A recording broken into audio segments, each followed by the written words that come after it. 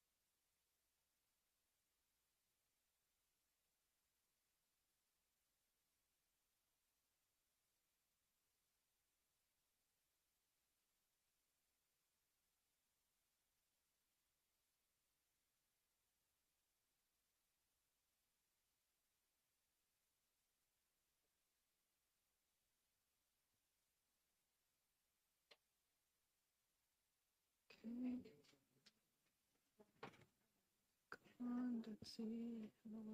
Let's see Potenza.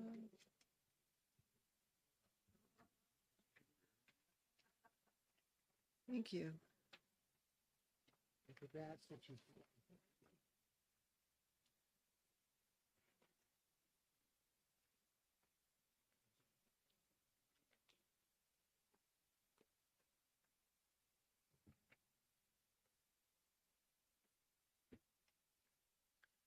Peter, do you have an extra copy?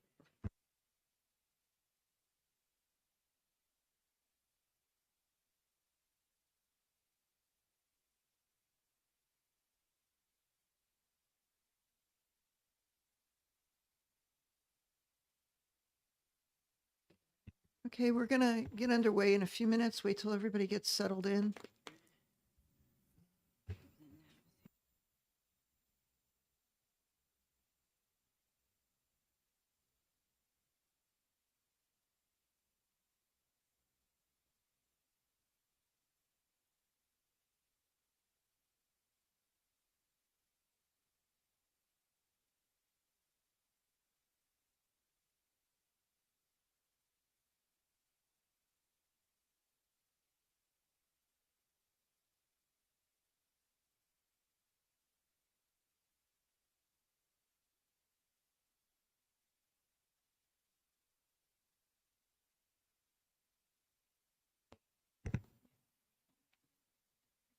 Okay, good morning, everybody. Why don't we start with Representative Coulon leading us in the Pledge of Allegiance?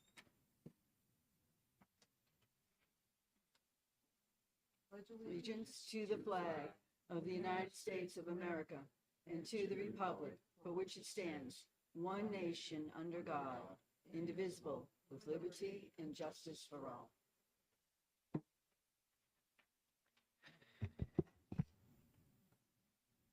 Okay, so for today, for Environment and Agriculture, first I want to welcome everybody here. And thank you, everybody, for coming this morning and braving the elements to have our discussions this morning. The way that I have planned the day is that from 9:30 until, I guess, noon, we can discuss 4 bills ahead of us here: HB 221, HB 253, HB 56, HB 602, and maybe, if time allows, any other questions on any other bills that are before us. So for this morning, we'll have a committee work session. I'm planning lunch from 9 to 1 p.m. From 1 to 1:30, we'll have some time for each of our sides to caucus. And then at 1:30, we will have our exec session on a list of bills that has been noticed. So I'd like to start with discussion on HB 221 relative to the acquisition of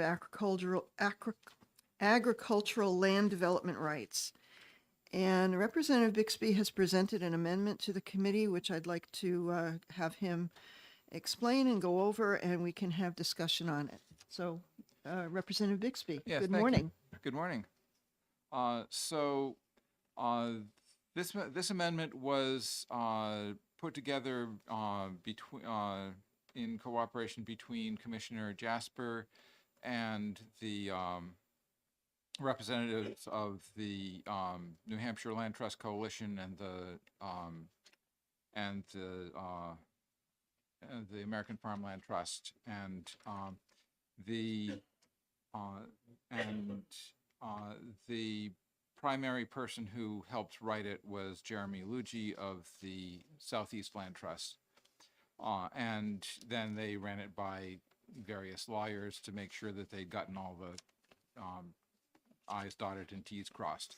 So the first section is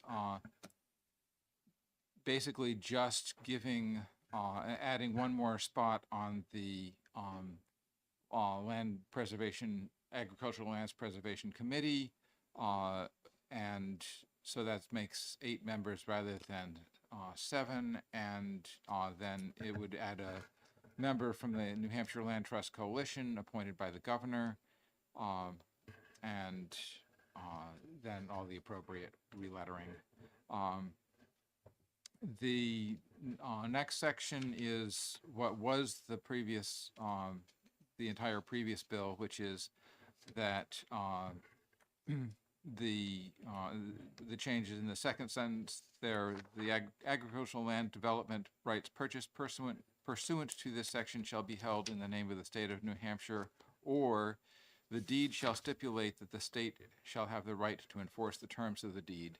And that basically means that the department can participate in land preservation with other entities, like the it can either be from the federal level, like so with grants through the NRCS, National Conservation Resource Council, or USDA, or it can be with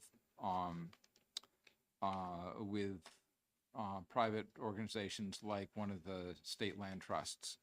But that basically allows the that sort of cooperation, and it says that any deed that is made in cooperation with those other bodies is enforceable by the state.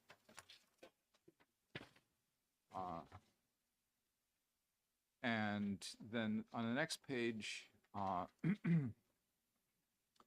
the state's rights acquired pursuant to the purchase of the purchase agreement shall not be sold or otherwise conveyed to a third party. So that basically means that the state has control if it's a deed that has multiple holders on it, then this basically says that the state's rights need to follow this, and the state's and what happens to the state's rights is not binding on, say, federal rights or on private land trust rights, and uh,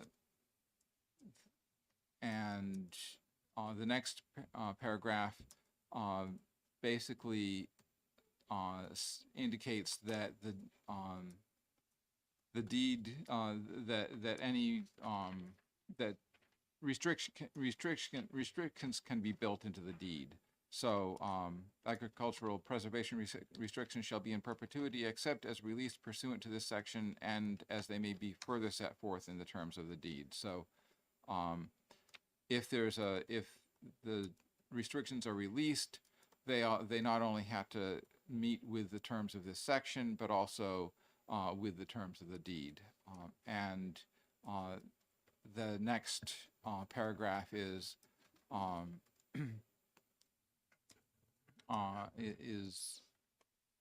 once again makes that separation between the state's interest and other potential interests, so that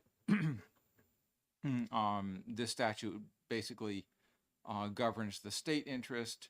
Other interests are governed by the deed, and paragraphs 2 and 3 are basically they're parallel. One dealing with agricultural interest preservation, the other is interest in development rights. And the fifth section is if there's a release of the restrictions, they have any release of those restrictions has to be consistent with the terms of the deed.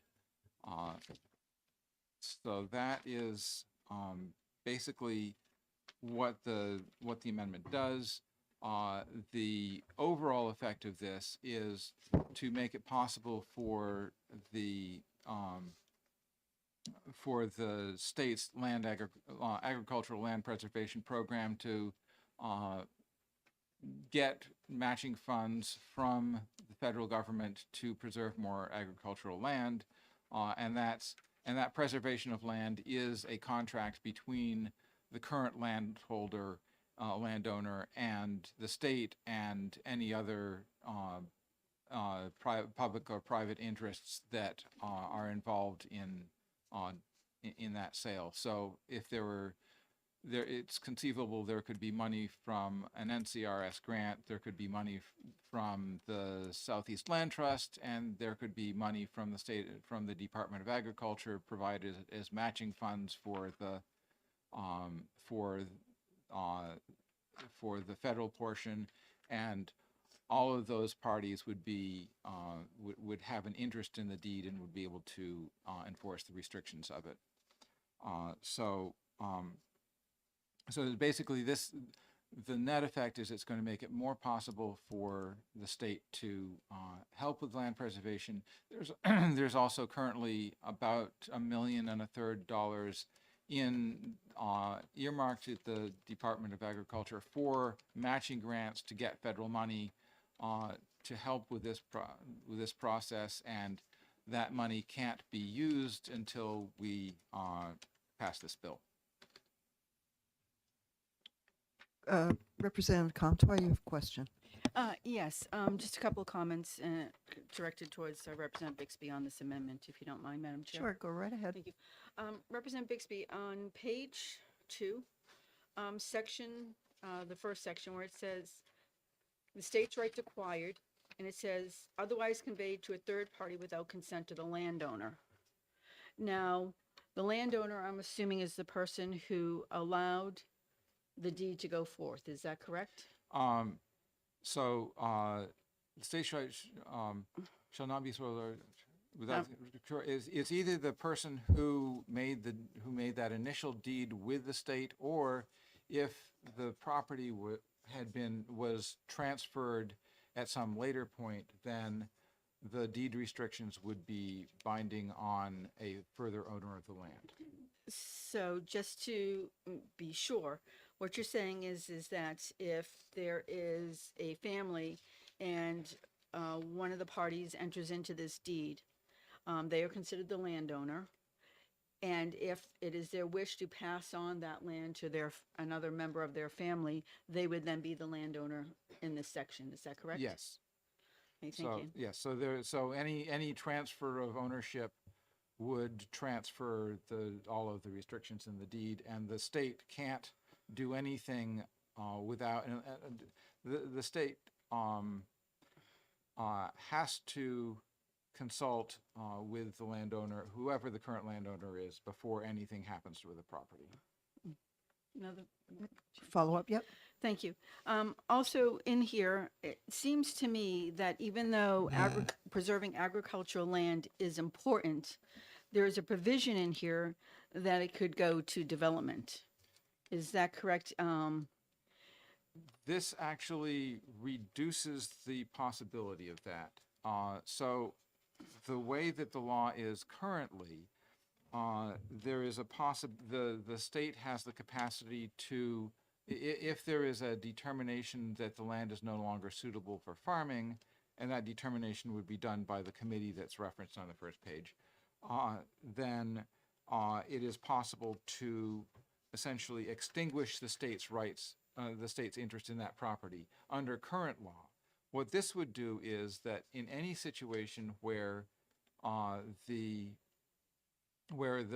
land is owned jointly by, say, a land trust and money used through the NCRS, or then the state could say, we don't have an interest in it anymore, but those other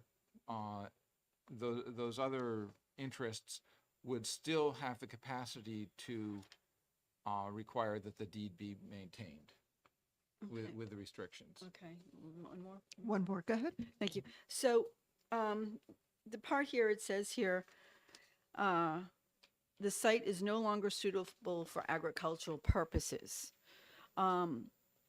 And I can understand that there would be some instances where land would not be suitable for agricultural purposes at one point in time. But if it was if it was worked and reworked and over the course of some years, it would then be suitable again for agricultural purposes. So, because, at one point we had a lot of farmland, we let it grow up. So right now, a lot of it's not suitable for farming, but if you reclaim a lot of that, it then becomes suitable for agricultural purposes. So I'm just wondering how something would be determined that it wasn't suitable, when we know that you can make almost any land suitable for agricultural purposes if you take the time. Right, and so that section about if it's no longer suitable for agricultural purposes is part of current law. It's not, we're not, and what we're doing is we're putting more restriction on that. In terms of who makes that determination, the landowner would petition the Agricultural Lands Preservation Committee, and that committee would make a determination about its suitability. But and that is a process that can happen with any agricultural land that is currently under a deed that was created with this program as it stands. And that part of it won't change. But for any deed going forward that is done jointly with another entity, the state cannot unilaterally say it's not suitable. So it actually creates better protection. Representative Murray. Thank you, Madam Chair. With respect to lines 25 through 27 On page, on 2, okay, when we're talking about repayment of a landowner, is there a time frame in which the repayment has to be made? And who is tracking that receipt of monies back? that, I believe that is something that is covered under department rules, and the commissioner could probably explain how that would work, but I can't. Any other questions? Representative Creighton? Yes, ma'am. And this is for Representative Bixby. So just to backtrack and make sure I got this in my head, if we do not pass this bill, then those lands would not, the state could not assist with funding in assistance of those lands. That's correct. So for any new purchase of agricultural lands, the department has money that is available strictly as matching grant money, which means that it would have to be used in order to bring in more federal funds. And because the NCRS in particular has said that they would not entertain any grant application unless we had this change done to the law. Okay, great. And for a follow-up, ma'am. Sure. And so let me just read back what you said to make sure it's straight in my head. So with this bill, the state then helps the landowner in accordance with the current deed. It's actually, so the process for if you want to, it's basically what's called a conservation easement, or and the process is a landowner would approach the state and potentially a land trust also, and say, I have this land that I would like to have preserved as agricultural land forever and ever, and can you help me with that? I can't just give it away because it does. I can't just give the rights away because it does have value. So, so there would be an appraisement of the value of the development rights. Right.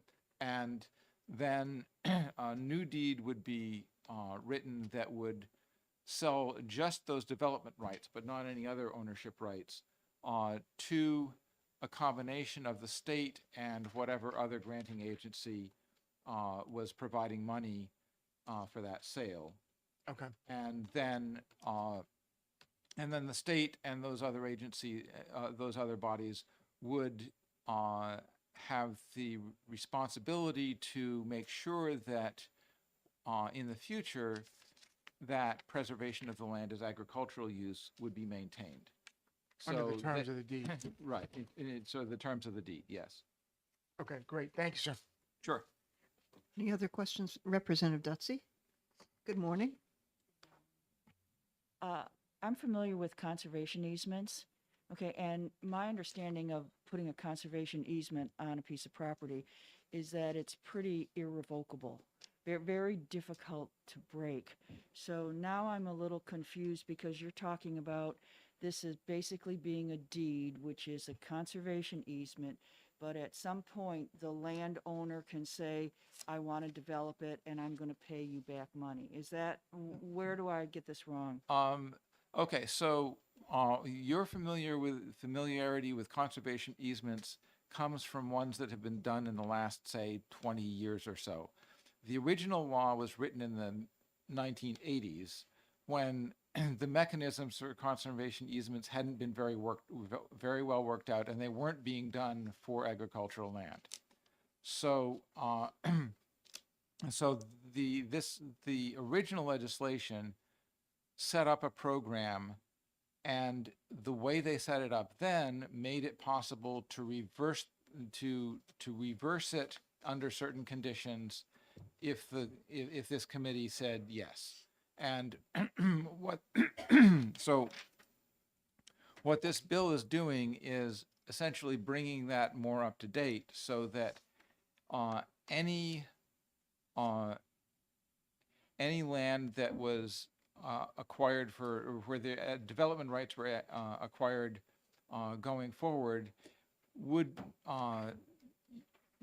using the state's money plus money from other places, would not, the state could not unilaterally say, we're taking it out of the easement.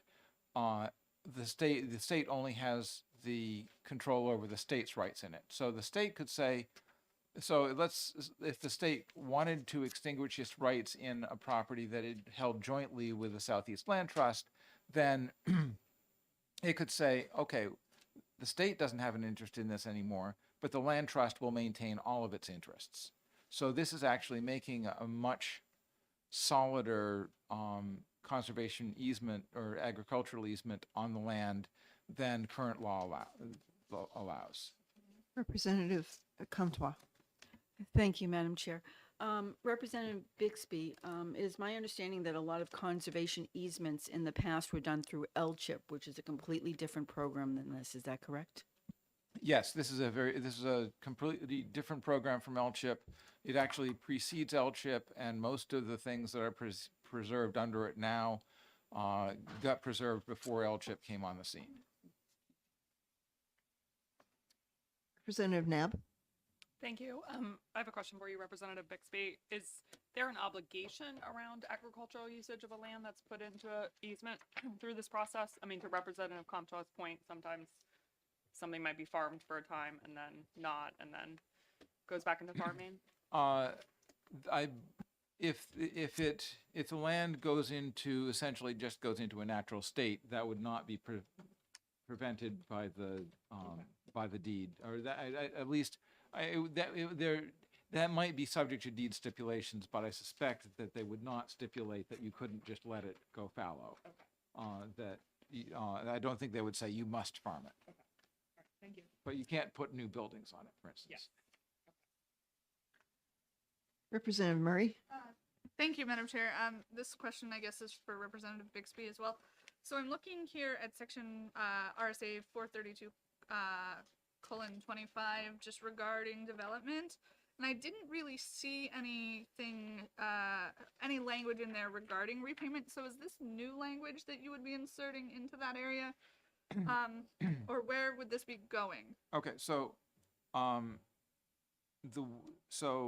what you, in the amendment before you, anything that is in ordinary type is existing language. Okay. So the new stuff is bold italics, strikeouts are obviously struck out.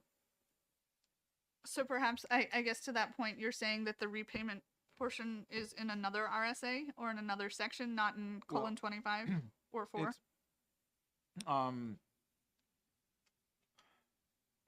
It is in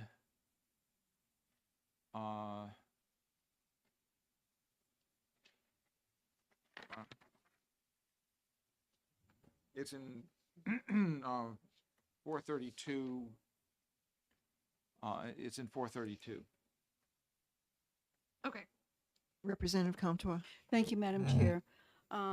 Just in the interest of time, we have another 4 bills to get through, but I personally would like to propose that we adopt this amendment as we go into the executive session, as this would be the final bill on HB 221, and I just want to I would feel okay about recommending this. I don't know how others feel. Okay, thank you for that. Representative Brulog. For this, thank you, Madam Chair. Representative Bixby, for this bill to arise, was there any previous complications in having the landowner enter a private contractual agreement with the buyer as to honor stipulations with, said deed? Because what this does now, not only the buyer will have to abide by the stipulations of the deed, now they'll have to abide by the agricultural preservation restrictions. So now we're essentially giving the state even more control with what the buyers can do with their land. Is that accurate? Not quite. So the the landowner, so this is a voluntary program that a landowner chooses to enter, and the landowner is actually the seller of, and what they sell is not the entire land, but they sell the development rights on the land. So they say, you can, so, and the deed would specify what those rights are, exactly what the shape of those development rights would be. And there are some fairly standard things that either that the state and and other granting agencies would say would have to be in the deed in order to make that qualify. But so, for instance, if you sell the development rights on your farmland, you wouldn't be able to then put in a block of residential housing there. You wouldn't be able to put in you wouldn't be able to put in a business building. You could, depending on how the deed was written, you could potentially put in like a new barn. A follow-up, Madam Chair? I'm sorry. A Yes, follow-up? follow up. So why couldn't that just be a private, again, contractual agreement with the seller and then the buyer? Okay, so when it's an agreement between, say, just the South, say, we'll just use the Southeast Land Trust as an example. So if there is a agreement just between the Southeast Land Trust and a buyer, then that would be entirely private. However, there is federal money available in order to make this sort of land protection more accessible, and so the federal government will not. There's also state money that is designated just as matching funds for the federal money. So the Southeast Land Trust, they have donors, but they can't buy. If they have access to, if there's access to federal money to help out, then they can preserve more land. So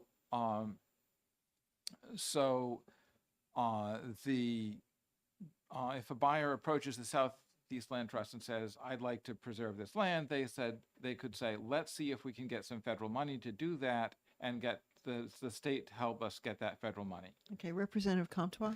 Thank you. I think the simplest way to put this, Representative Brouillard, is each deed is separate and each landowner can stipulate what they want in that deed. Nothing is uniform. So they can choose or they cannot choose, and they can put in any stipulation they want in that deed. I think that's one of the reasons I'm okay with it, because it's not just what the state is saying. The landowner gets to dictate what they want. Yeah. Representative Nab. Yeah, I was just going to sort of add to that, if I can make a comment. Sure. That yes, that's true. I mean, you could put in hoop houses, like usually for agricultural easements, you put in a lot of language that allows farmers the most flexibility on the land. And an easement is always held by somebody, whether it's held by the state or Southeast Land Trust. So when a property is sold or bequeathed to the next person, it always comes with that easement on it. And there's always primary easement holder. Sometimes the town is a secondary easement holder, or the state would be a secondary easement holder. It's never, it's just probably like having an easement that allows a utility company to go across your property. It's always part of the sale. So it's not, it's not ever a private transaction that would be between the first landowner and the second. Representative Murray. Thank you. And if I'm reading this correctly, to your point or my initial question, it's in 432:24 regarding release of land, and so it does say here that public funds may be released. So it's not necessarily the case that would happen because it's permissive language there. Correct? It's not necessary that the Agricultural Land Development Rights Board that meets would necessarily release it. Seems up to the discretion of that board. Yes, the board would make any decision about any what's called extinguishment. But the way that what this bill does is it says that the state can only extinguish their interest in it. They can't. So if there are other interests, they can't affect any other interests. Thank you. Okay, any other questions or comments about this bill and the amendment? Seeing none, I think it's pretty clear that we will be executing this bill later this afternoon with this amendment. So I would like to move on now to a discussion on HB 253, establishing a committee to study extended producer responsibility. Representative Bixby, you had some language here that was that may be something that you want to put together as an amendment for this bill, but has not been drafted as an amendment. Is that correct? That's correct.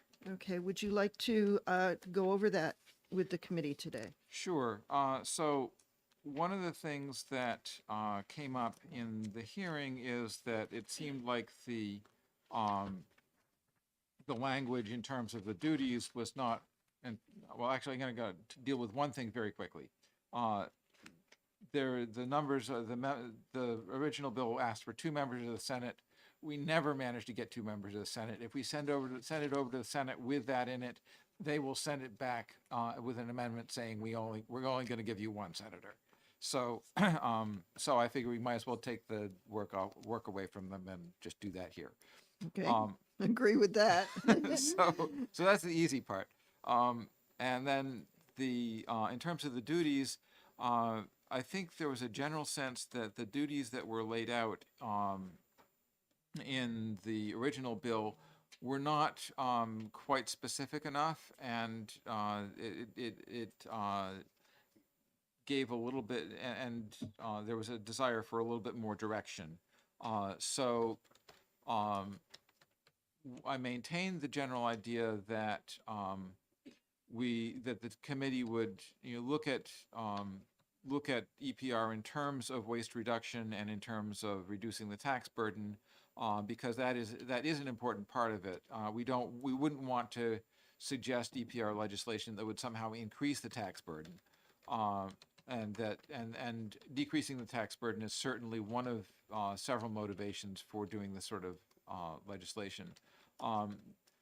And there are a number of laws in other states and in Canada, in Europe, that deal with extended producer responsibility in a broad range of areas, including packaging, single-use plastics, beverage containers, electronic waste, batteries, automotive waste, hazardous waste. There are other ones too. This list is not intended to be exhaustive.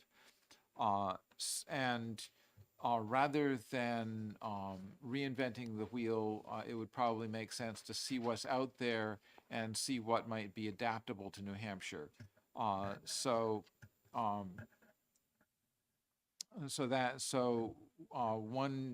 specific job of the committee would be to look at laws in other jurisdictions and see what we might be able to use in New Hampshire, and then the next step is looking at the process of adapting those laws to New Hampshire. And one thing that would be critical to that would be working with the Department of Environmental Services to make sure that they would be able to implement whatever we put together. I had a learning experience several terms ago, putting a bill in for electronic waste EPR, and discovering that the way they do it in Vermont just wouldn't work in New Hampshire because because of the structure of our transfer stations and our recycling centers in municipalities, and the way that those cooperate with us at the state level, and the system that was set up in Vermont just wouldn't be practical in New Hampshire, so it ended up dying because it was going to take too much work to fix. So we want to make sure, we don't want to put the study committee in the position of, putting together a proposal and not having it vetted with DES to make sure it would work with our current systems. And solicit industry stakeholder input on approaches that the manufacturers and distributors would best be able to undertake or facilitate. This is really important. We've had some interest from various industry groups saying we would like to be at the table for this process, and because the idea of extended producer responsibility is that those producers take responsibility, we want to make sure that we have them in a discussion so that they can suggest the ways that they would best be able to take responsibility. Proposed legislation for implementing approaches that would be readily adaptable to New Hampshire. So that is, if it looks like the committee can put together some draft legislation or sort of the outlines of draft legislation for something that could be brought forward in the coming year, then that is something that the committee could do. It might be that some of the projects that they'd be looking at would be more complicated than they could put together, given the scope and the time. And in that case, they could write legislation for a further study committee that would be narrowly targeted to doing that further type of legislation. So that's kind of what I was thinking about. One thing that to keep in mind is that any study committee has the power to essentially control the scope of what they are studying to the extent that they can actually get the work done. So if you say study all EPR everywhere and come up with a comprehensive solution, that's not going to work in in a study committee that's going to last for 2 or 3 months at the most. So essentially there needs to be some mechanism for limiting the scope, but the committee itself has a fair amount of leeway in terms of deciding how deeply they're going to be getting into any particular part of it. Okay, Representative Bixby, I have a couple comments. Number one, from the original bill, there is a line 17, that says the committee may solicit input from any person or entity the committee deems relevant to its study. I would like to see that line included in this Okay, draft. I'd have no objection to it. My sense is that almost goes without saying with study committees, but if you feel more comfortable with that in there, I'd be happy to put it back in. Okay, thank you. Also, so my sense from my feeling from the original bill was that the charge was very broad and that we needed to be more specific. And I see that you've made an attempt to really hone in on certain aspects of what we're putting in our landfills. You mentioned packaging, single-use plastics, beverage containers, electronic waste, batteries, automotive waste, and hazardous waste.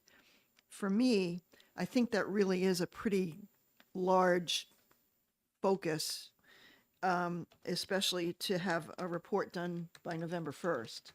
And I'm wondering if there's something we can do to maybe rein that in a little bit.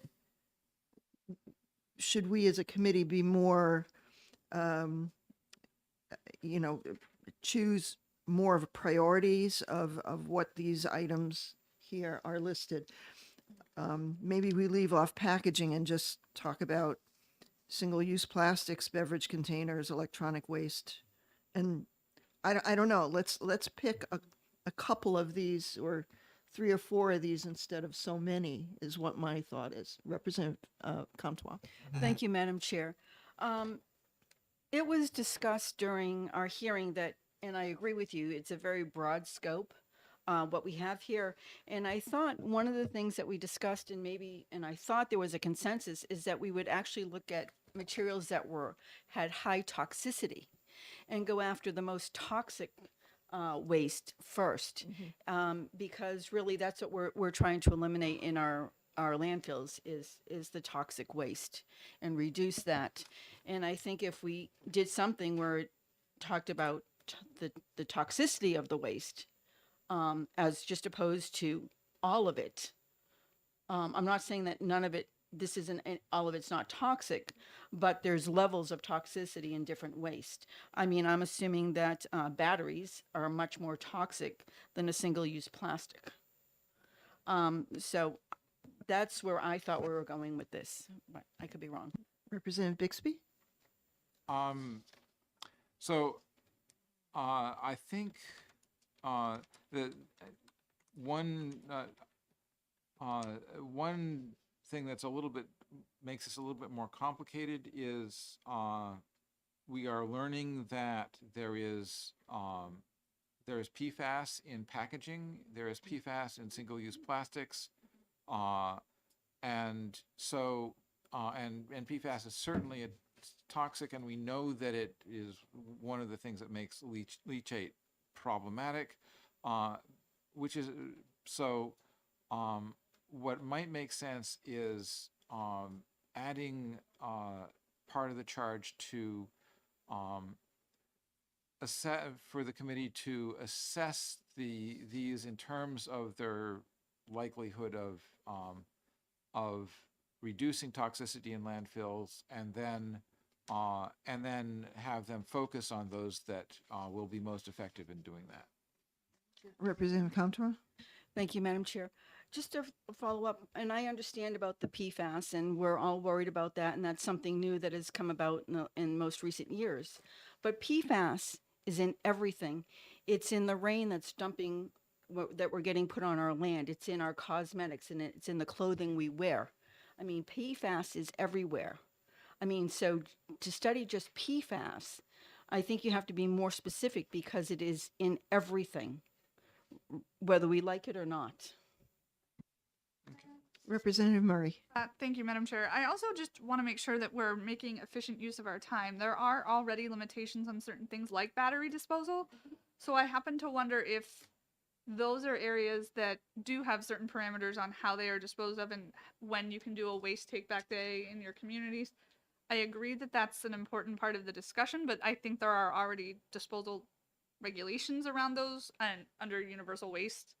So I'm wondering if that makes sense to maybe look at some of the other topics as well. Representative Howard? Thank you, Madam Chair. I agree with Representative Murray that there are already systems in place, and also a lot of those things have labels on them. So, resource, the original provider is pretty obvious. So, I think that we had talked before about enhancing alternative packaging or and single-use packaging is probably a big bite to chew for a committee. Representative Germana?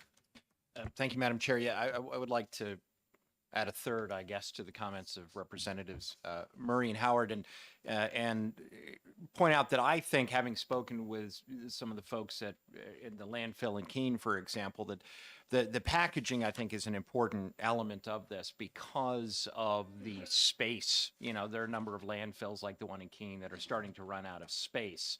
And that also leads to increased, tipping fees. You have to then kind of ship things further away. So there are implications to the overabundance of kind of the packaging that ends up in landfills as well. So I do agree, I think, with Representative Murray that I think that there are significant controls already around toxic substances and how they're disposed of. So from my perspective, the packaging element of this is important. Okay, Thank you. Representative Dutsey? Thank you, Madam Chair. I've been involved in this for probably about the last year, doing a lot of webinars. I've said this before, and I'm involved with a plastics working group for the New Hampshire networks. And I can tell you, EPR and this whole plastics thing, it's enormous. And trying to wrap your head around where you want to focus and what you want to do is very, very difficult. For example, I mean, if you talk about single-use plastic, okay, what are we talking about? Because a water bottle is a single-use plastic. Okay, so things overlap. I agree with Chair Aaron's that we don't want to be, too broad in this, but I think we've reduced it to some of the issues in this amendment that, are really pertinent. And I think part of the charge of the committee is to really grapple with what areas, do we focus on, because it's so enormous, and allowing them this amount of discretion that's in this amendment, I think it, is appropriate so that they might be able to work down and make recommendations. If we make it too narrow, then I think we hamstring them. But I will be the first one to say this is not going to be easy. And that's why I think we need a committee on it to at least take the first draft. Representative Creighton. Yeah, and I just like to, in my head, I'm thinking, why would we not just tell DES? They're the ones with the expertise. They're the ones with the knowledge and the tentacles that go into the different organizations. So I just back it up a step, and we've heard numerous times to limit the number of committees and study groups and that type of thing. Why would we not just say, hey, DES, take a look at this, come back to us, and give us a response? Representative Dutsey. Yeah, Representative Creighton, because the DES does not have the staff, and this issue is something where you really have to drill down, and you really have to do a lot of research, and you have to get a lot of stakeholders in. I mean, because, Representative Bixby is correct. I mean, we need stakeholders involved. You're really talking about a lot of time. And from what I've seen in this committee, I don't believe that DES has that ability right now, and probably would see this as a benefit to them to be able to help them get some direction, very similar to the solid waste committee that we have going right now. That would be but you can ask Director Wimsat, and he might be able to give you more direction. Okay, thanks. Representative Comtois. Thank you, Madam Chair. I have a couple different questions, but one is for Representative Dutsey. You said you've been working with a group. What was that group's name?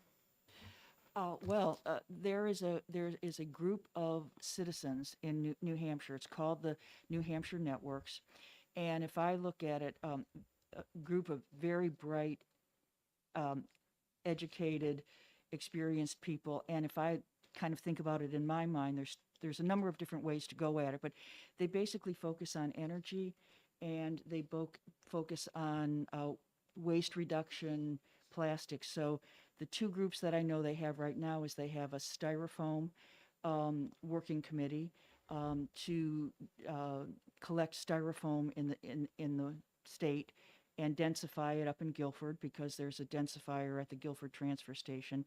And then they also have the plastics working group, where they're educating people in the towns about single-use plastics. So it's a big educational focus. But when you start talking about all of the layers of waste that we have, there's a lot to unwrap, and the question is what do you focus on? So this is an outside group, nonprofit, no, whatever. It's just a group that's already working in New Hampshire, working on what we're saying we want to study. Is that correct? Kind of. No, they're looking at it more, as an educational perspective. So, for example, when you do your takeout, you call in takeout, you bring it home, and you're given a plastic spoon, a plastic fork, and a plastic knife, which you put in the drawer because you're going to use your own. So they're educating people to say, hey, restaurateurs, just ask somebody if they need plastic utensils. If they don't need the plastic utensils, then don't give it to them. They're trying to come up with other ways, to not use single plastic. So it's more that focus. They're not focused on I would say the higher level EPR, which is what this is. It's more on the user level. Okay, thank you. And one more. Yes, Thank- Representative Comtois. On another topic, on line 5, it says here that the study group will propose legislation for implementing approaches. What if the best approach is to have DES implement rules and not legislation? Why are we limiting it to legislation and not rules? Representative Murray. Thank you, Madam Chair. And I just to sort of address both Representative Creighton and Representative Comtois, since the inception of House Bill 617 back in 2019, where there was a study committee to start looking at some of these things, and EPR was a concept that came up during those study committees. I think it's important to note that there were members from DES there who gave their input. I would imagine that given the charge here that is re-outlined, that it would function similarly. They'd have the opportunity to be a part of that conversation, just as we had the bottle and beverage industry there. We had hospital management systems there to talk about various aspects of solid waste. So I think drilling down to that, there's absolutely still a place for the department to be a part of this conversation, and should be. And to your point regarding rulemaking, there are times in which rulemaking is an appropriate avenue, but I think before we get to that point, we have to at least look at where those appropriate places may be. Right, but this, Representative Comtois, you may follow up. thank you, Madam Chair. But this here, it just says proposed legislation. It doesn't say proposed legislation or discuss rulemaking that should be implemented. It just says legislation. And I would even add that instead of the language proposed legislation, I might even appreciate suggest possible legislation as language to be put in the amendment. Representative Bixby, you had your hand up. Yes, I was just going to say that I would be happy to change that line to, okay, so you say suggest possible legislation? Or rules. Or rules. Okay. So suggest possible legislation or rules. I'd be happy to put that change in. Sure.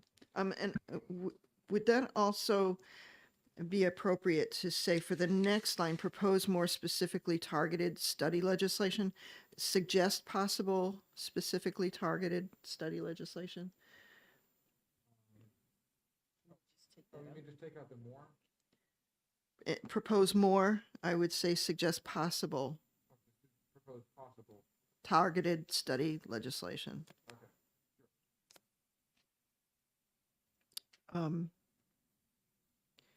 With Director Wimsatt, would you like to weigh in on anything that you've heard from the committee, if the committee doesn't mind? No? Okay.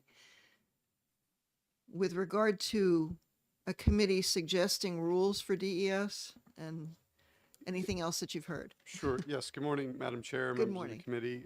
For those who don't know me, I'm Mike Wimsatt. I serve as Director of the Waste Management Division for New Hampshire DES.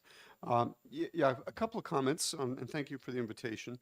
The first thing I would note is that really, any rulemaking that DES embarks on must be and is essentially an authority that's delegated to the agency somewhat specifically through the statute. So in the case of solid waste, there's some general, there's both specific and general. There's a section on rulemaking, and in the statute, it directs the agency to make rules on very specific things.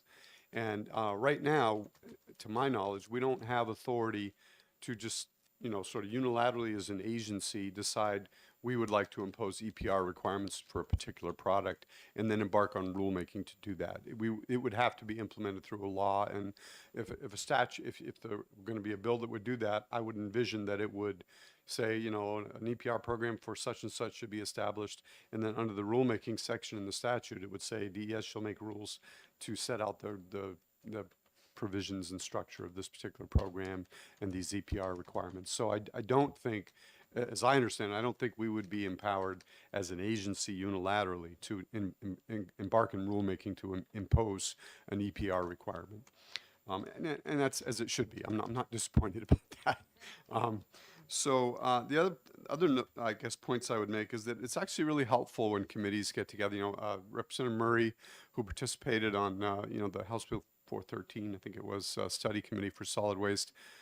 Again, that committee set a record. I think they had 16 meetings in 4 weeks or something like that. They were very energetic. It was very helpful, I think, to the committee members, but also to the agency. We did participate. We tried to have someone at each one of those meetings. We sometimes provided testimony in those, but we also listened. We learned an awful lot from the stakeholders, the members of the solid waste industry, folks who, major sectors that generate solid waste. The hospitals were there, manufacturers were there. So it was really helpful. And to be candid, we have a very full plate at DES. For us to unilaterally orchestrate something like that and drive that home would, we could do it, but it would mean that all the many hours we would spend organizing that would mean we weren't doing other things that this court has asked us to do. So there's always a checks and balances there. Thank you for that. And I just have one question, though. I know you sit on the solid waste working group. Yes. To what extent will some of this be covered in the study from that group as well? Because I don't want to, have two bodies doing the same kind of work. Sure, that's a great question, and of course that group does have a very big charge, and it meets over a period of 5 years. It's already a year in at this point. I won't speak for the committee as a whole. I'm a member or the commission. I'm a member of the commission, and I think that I've heard others say it would be helpful to have that particular piece. Someone else looking at that. It doesn't mean that they might not all, because again, this committee, if this bill passes and this committee is created, its work is ostensibly done by November 1st, right? And this commission will go on for, another 3 or 4 years. So the work that it would do, what it would learn, I think would feed into and be a great source of information for that commission to potentially look further at that, because these things are difficult, right? And I understand, and my sympathies with committee members who have to learn all this and then provide a report by November 1st, because that happens really fast. So one advantage is that if that's the schedule that it happens on, whatever that committee learns can then feed into the commission, and the commission can do further analysis and further work with it. Thank you. Any other comment that you have to offer? No, the only other thing I would note is that what I think was really powerful with the 413 committee is that the committee members, the group of legislators, really became expert. They learned a lot in a short period of time, and it made them very powerful advocates for future legislation where they could share and learning with their colleagues. So I think that from that perspective, that's one benefit the committee has that you wouldn't get if just DES did a study and gave you a report, because you basically all the work that committee does, those committee members are being educated. Okay, thank you. Any other comments? Representative Dutsey.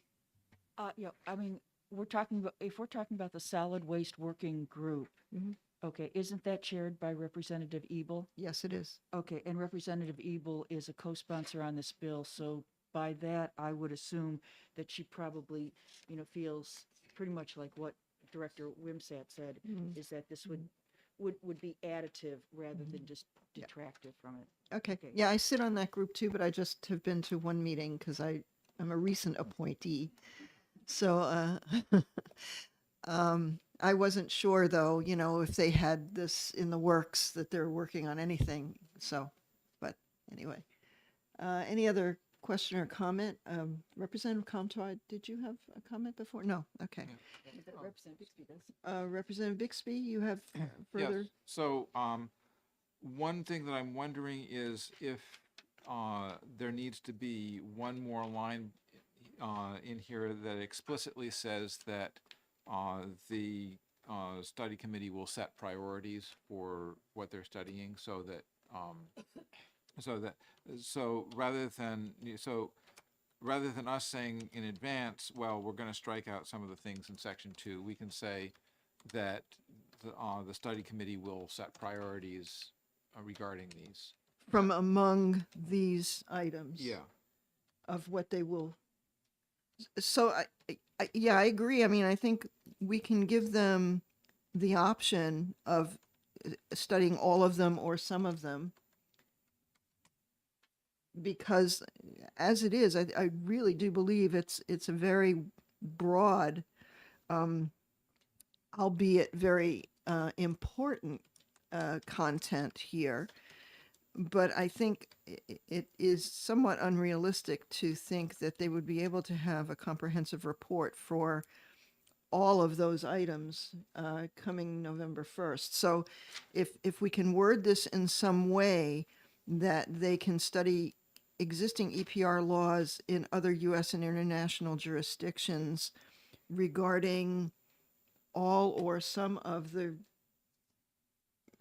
subsequent list, if you catch Yeah. my drift. Yeah. Yeah, Madam Chair. Representative Murray, yeah? Yeah, I was just gonna say maybe as outlined by the when we are looking at other U.S. and international jurisdictions regarding the goals outlined before the study committee, maybe that's Okay, so. Yeah. If I could make a comment here, I think if we agree in committee on the fact that we want to give the study committee, the power to prioritize and perhaps leave some stuff out if it doesn't fit, then we can figure out the wording of that not in committee, because trying to Sure. edit a document Yep. with 20 people is just crazy. Well, you're a good wordsmith. I think that for your amendment, you may be able to come up with the right wording for that. Representative Murray? Thanks, Madam Chair. I would like to not necessarily push back, but ask for further clarification on the rulemaking, and just to be clear that we do not set rules either. That is something the department does. So I want to make sure that that's clear. Yep. Any other comments, questions regarding this bill and a proposed amendment? Okay, so I suppose Representative Bixby, you will be working with OLS to put this amendment together, and it was pretty likely we will not be execing this today, but we will. I would say that it's definitely won't be executive today, because I don't think there's going to be time to talk to OLS and actually get them to do something. Sure. And we don't like to put them under that kind of pressure for something that's not urgent. Absolutely. So I'm expecting there will be an amendment brought to the committee next week when we set a subsequent exec session. And I can circulate a draft before it gets, set in stone. Okay. Any other questions or comments on this? Representative Parshall, you would like to?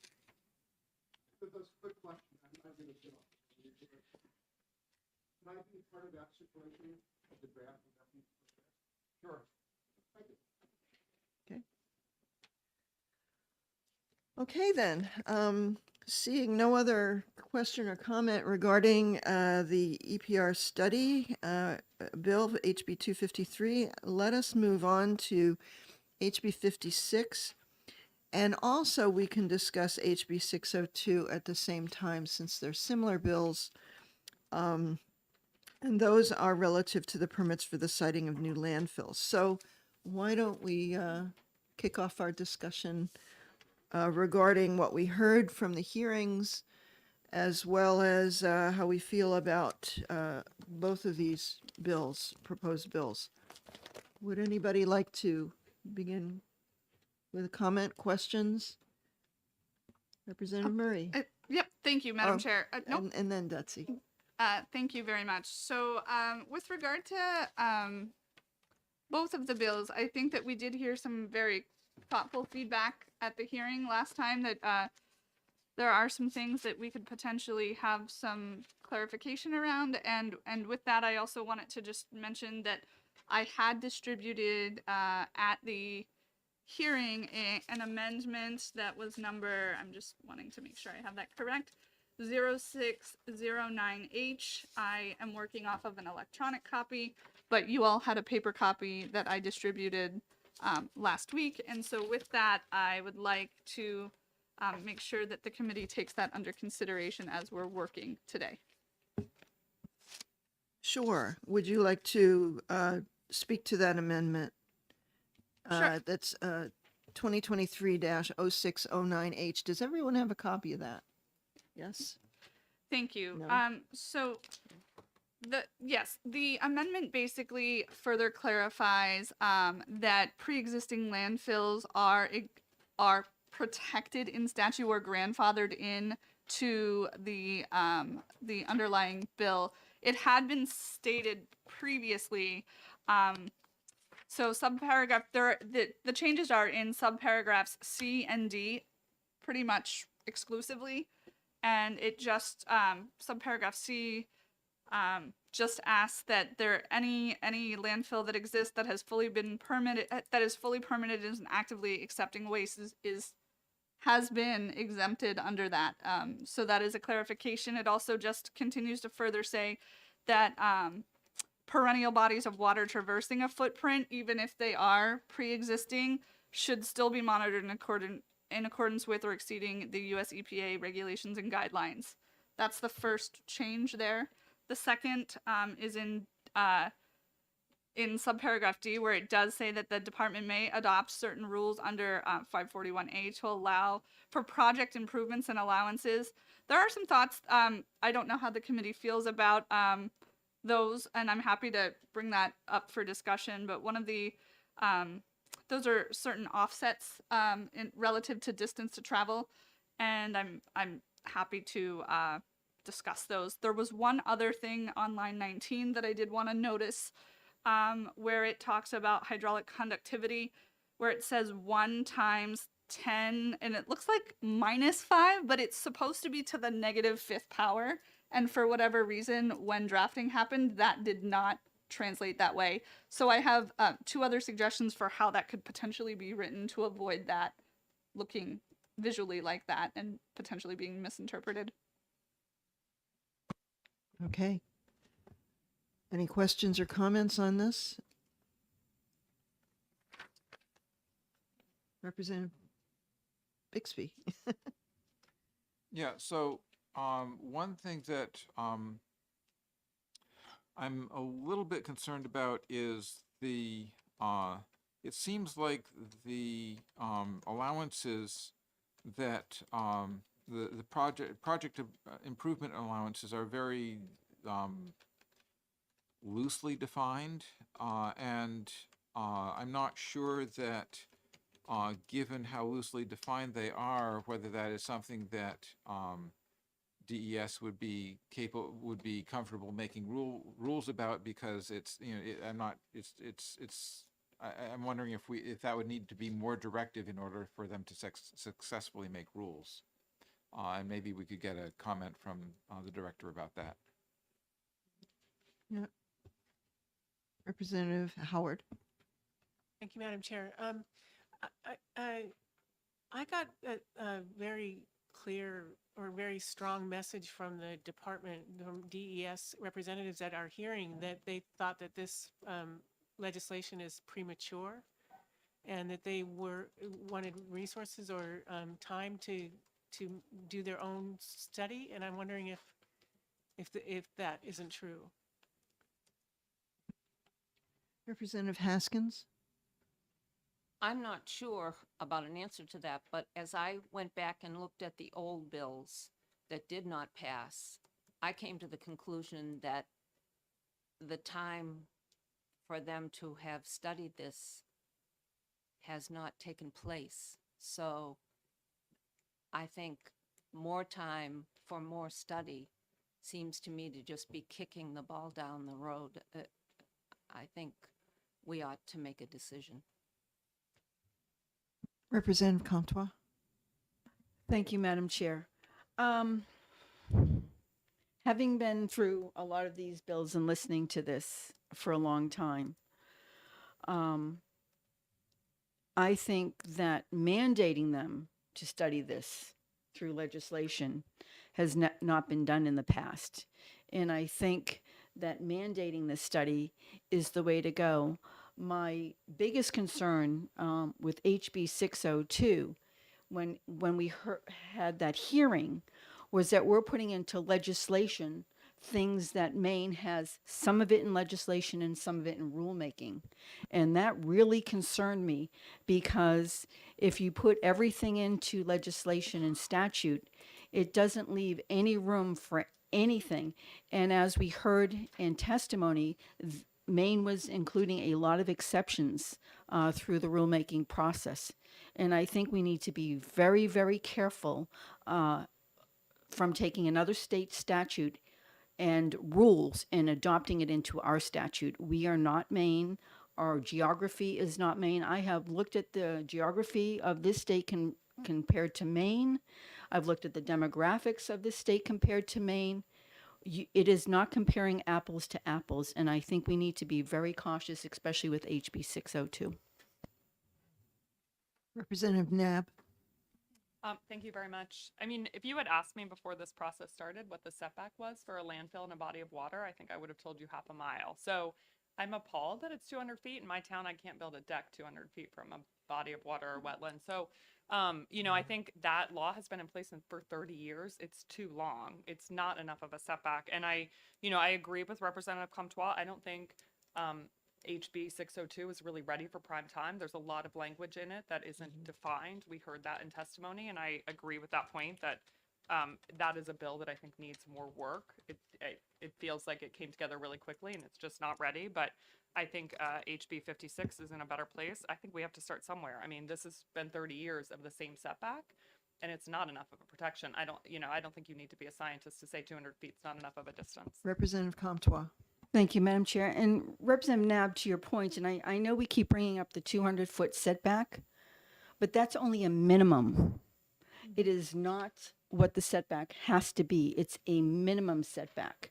It could be, you could say that the minimum is 200 feet, but DES could come in and tell you that it has to be a half a mile.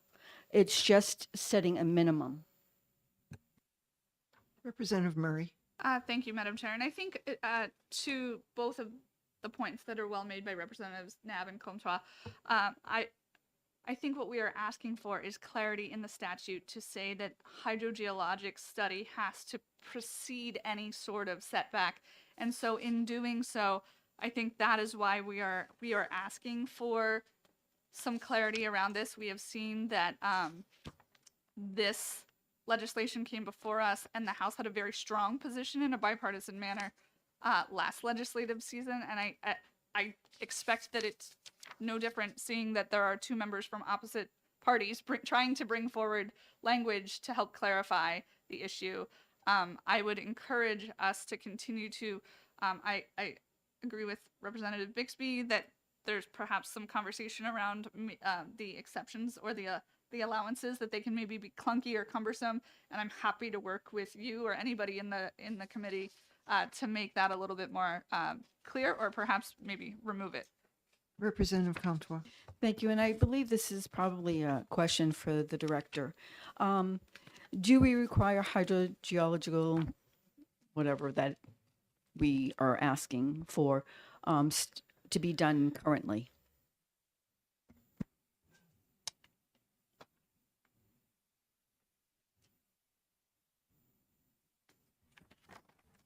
Yes, thank you for the question. And yeah, as has been noted by one of the other committee members, the 200-foot setback is a minimum. When a new landfill is proposed to be sited, there's a requirement to do a thorough hydrogeological study. And there are provisions of rule that make it very clear that the siting of the landfill needs to ensure that certain things can be accomplished, one of which is that surface waters are protected adequately, that groundwater is protected adequately, and that the landfill, once constructed and operating, can be monitored effectively to ensure that you understand whether it's performing as designed, and then if it isn't performing as designed, that you have the opportunity to address that and correct it. So the short answer to your question is yes, there's a thorough hydrogeological study that's required prior to permitting. Representative Murray. Yes, but thank you. I think to the director's point, though, it isn't set in rules. Is that correct? It's not in statute. The language I just described is in statute, or is in rules. That's correct. Thank you. So I have a question based on testimony by Nikki DeLude Roy from Verdantis. And she had stated that the 5-year time of travel consideration included in HB 56, she feels is arbitrary. And maybe more conservative than necessary. Is there a way that perhaps we might put into this HB 56, rather than flatly saying a 5-year distance of travel, to because if that's an arbitrary number, and I think that's what we want to try and get away from, is arbitrary numbers. Is there a way in which we might want to reword it to give more flexibility based on what the hydrological results are? Representative Bixby? Yeah, so the one aspect of that is that it is a common argumentative technique to declare something arbitrary if you don't like it. So I'm not that the idea behind a 5-year setback is that in order to so currently DES tests roughly every 3 months, and so there could be a 3-month delay before discovering a leak. So that, and then when you discover one, there needs to be there needs to be an assessment of, you know, what is it that we're actually seeing here. That assessment can take time also. Then there needs to be a determination of what needs to be done in order to prevent it from going further, setting up a plan in order to implement that, doing the implementation. Those steps can all take a fair amount of time. So the idea between 5 years, with a 5-year setback, is that if you have 5 years if the distance is going to be 5 years between when the leak occurs and when it hits the sensitive body of water, then you have enough time to discover it, assess it, create a remediation plan, and put that in, and start putting that in place. If you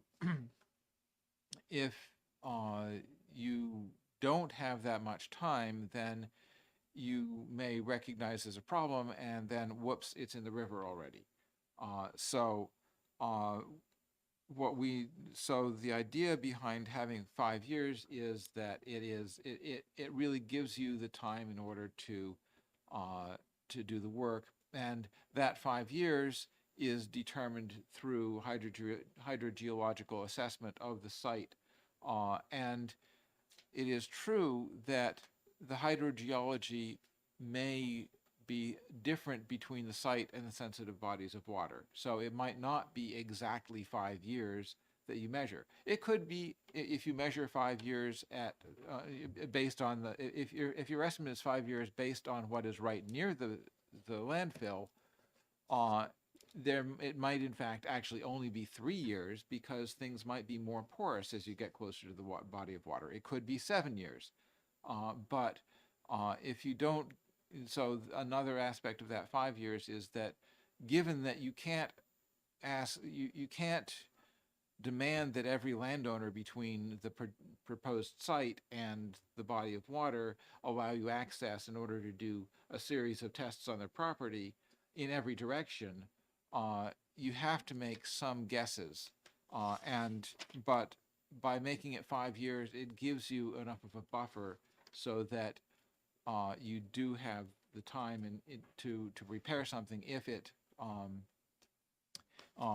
if that becomes an issue. The other thing is that if you determine, if you do this as a very early step in the process, then a company that wants to build a landfill can look at a prospective site, do a certain number of hydrogeological assessments and say, oh, no, actually, we can't do this here. Let's not spend any more money on it. As opposed to getting way into the process and then realizing they've already sunk a whole lot of money in trying to make a site work and then discovering that they can't make it work. You don't want, if you're gonna, you want to be able to assess very early on if it's gonna work. Representative Comtois. Thank you, Madam Chair. Just in reviewing the testimony from Sanborn Head, and this was in regards to HB 602, they actually said, you know, maybe a 2-year travel distance and then allow for rulemaking, the DES to adopt new rules based on subjective criteria, and give them, because we know that our landscape is ever changing. We know that our streams and our groundwater is changing constantly underneath of us. And so maybe a 2-year setback and let them adopt rules to go up to a 5-year setback may be something that would be better. I don't know. But I do believe that we have never mandated DES to study this issue and to look at it and see what they are lacking in rules. We do know that in New Hampshire statute, and I could be wrong, or is it in rules, that we do require a double liner for all our systems now, which is a huge difference in some other states. I'm not sure that, in listening to testimony, that Maine even required a double liner system in their statute, where we do. We have been, I believe, proactive in addressing these situations. We are proactive in addressing our PFAS issues. We have been taking steps in New Hampshire to mitigate the contamination. We are a tourism state. So I think that it's DES is invested in maintaining that and making sure that we don't have incidences in New Hampshire that would jeopardize that. And I would just ask the director if a 2-year setback would be better, or if we just allow them to do the study and get it in, you know, look at the rules and see where we're better than other states and where we're lacking from other states. But I think we need to recognize that there are differences and why some states have a 5-year setback and they don't have the double line requirement of a double liner system in place. And I don't know if they all have the hydrogeological testing in place, study that has to be done prior to us citing a landfill. And knowing that a landfill process takes minimum, if I'm correct, at least 2 years, if not longer, just to get one cited, is pretty intense. And so I do believe study is the way to go. But if you could just address the question about a 2-year setback and about the double liner systems. Thank you.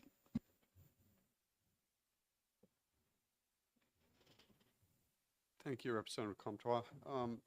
Yes, I don't know the answer. I don't know whether 5 years or 4 years or 2 years is the right number. I think that you make the point that to date, we've not been directed specifically to analyze and evaluate this particular question. And I think, you know, there are other ideas in play in the legislature right now that would have us do that. And we are eager to do that, actually. We think it's clearly important to a lot of people that we do an evaluation like that. We do feel like we need some outside assistance in reviewing not only our own rules, but those of other states. And I will note that yes, you know, it's easy to look at another state and just try to compare apples to apples. But in fact, Maine, you know, I don't want to throw any shade on my Maine colleagues. I work with them and know them and like them a lot, or their rules. But it is true that, you know, that one of the things that you can do to reduce the travel distance in Maine is to put a double liner in. And that for us seems absurd because we already have a double liner requirement in our rules. So things are not apples to apples. And also, you know, the rules that have been referenced in Maine do provide a number of opportunities for variances against all of these requirements. And I don't honestly know what the history is in this, in the siting or expansion of landfills in Maine, how often those variances have been granted, but it's my understanding that our staff, talking with some colleagues in Maine, that there are a number of variances that have been issued for certain requirements. So, and understand as well that the RSA 149M, if you put specific requirements in the statute, I don't believe there's any specific provision for waiving, you can't waive a statutory number, basically. If you, there may be, you could put in provisions that say these particular things can be subject to a waiver. We don't use the term variance, but could be subject to a waiver. And there are provisions in our rules for granting waivers, but you need to know that that specific requirement is subject to or eligible for a waiver if it's appropriate. Representative Bixby. Yes, so I was the description of the waivers or variances. I think they're called project improvement allowances in the bill. With respect, no, sir, that's not what I'm referring to. The variance is a concept of getting a specific provision of the rule, in their case, being able to not observe it, not being required to comply with it. Okay, so so if which is different from from a project improvement allowance. Okay, Right. and so are there if we wrote this to allow a certain amount of variance, would that give you the leeway to do that? So, for instance, if we set it at a 5-year distance of travel, but the department has the capacity to make variances, but not reduce it to, say, less than 2 years, would that would that empower you to make appropriate variances? I was under the impression that that is what is envisioned by this. Is that Right. Well, correct? well, you just said that the project improvements allowances were not the same thing as variances. So I'm saying if we made, rather than phrasing it as project improvement allowances, if we said you had the capacity to make variances, then would that improve this? I mean, I'm not sure how to answer that question. In the department, you know, we take the legislature's directives very seriously. And so once they're laid down, we do our very best to craft rules that are consistent with those requirements and then to implement them consistently. If general language is saying you can give a waiver to these requirements, but that's not helpful to us. It's like, well, what are the provisions for granting a waiver? What are the conditions under which a waiver is appropriate? So, I mean, I guess, you know, it depends where we land on this. But at the end of the day, if there's a requirement that there's a 5-year time travel distance setback and that project improvement allowances could offset up to, of a certain description, could offset up to 2 years of that, then that could be implemented without specifically looking at or considering any waivers. If you're asking whether it would be helpful for the department to have the authority to grant a waiver to provide an even lesser distance, I guess I don't really understand that, because what's the point in having the requirement if you can offset 5 to 3 and then you can give a waiver to get down, or a Right. variance to get down to 1? I'm not sure how that Follow up? helps. Sure, follow up. So what I'm trying to so I am not fully versed in the way that rules and variances and project improvement allowances all are. You know, I don't necessarily know how those work. So what I'm trying to do is figure out, you know, how we would need to write this legislation in order for your department to find it sufficiently directive, but possibly also give you enough leeway so that, given the specifics of a project, you would be able to make judgments based on information that we don't have while we're sitting right here. I think what I would say is that the department feels that a directive to embark on rulemaking using hydrogeologic principles and standards of protection as a description to guide the development of those rules, that's the best, we think that's the best assignment for us to do this effectively. And would you, if we were to put a specific minimum time to travel distance in, would that be problematic?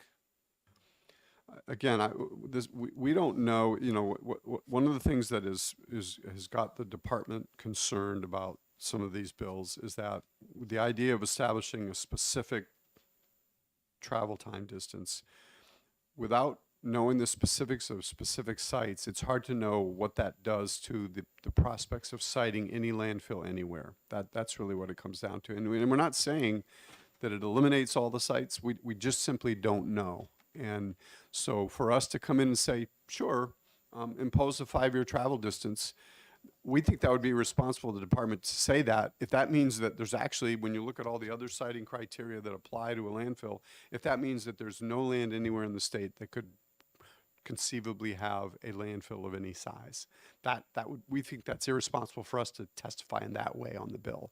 And so what we want to do is we want to, you know, that will be part of our analysis, trying to look at, to the extent we can, try to look at, you know, what are the impacts of setting a specific time of travel and a distance associated with that with landfill siting. We think that's part of the analysis, but we think we're not prepared because we just don't know to tell you, yes, it's appropriate to establish a 5-year time of travel distance, or it should be 2 years. We just don't know the answer to that. Representative Murray? Thank you, Madam Chair. Just to sort of discuss this further among us, I just want to make sure that what we're talking about here is protecting perennial bodies of water.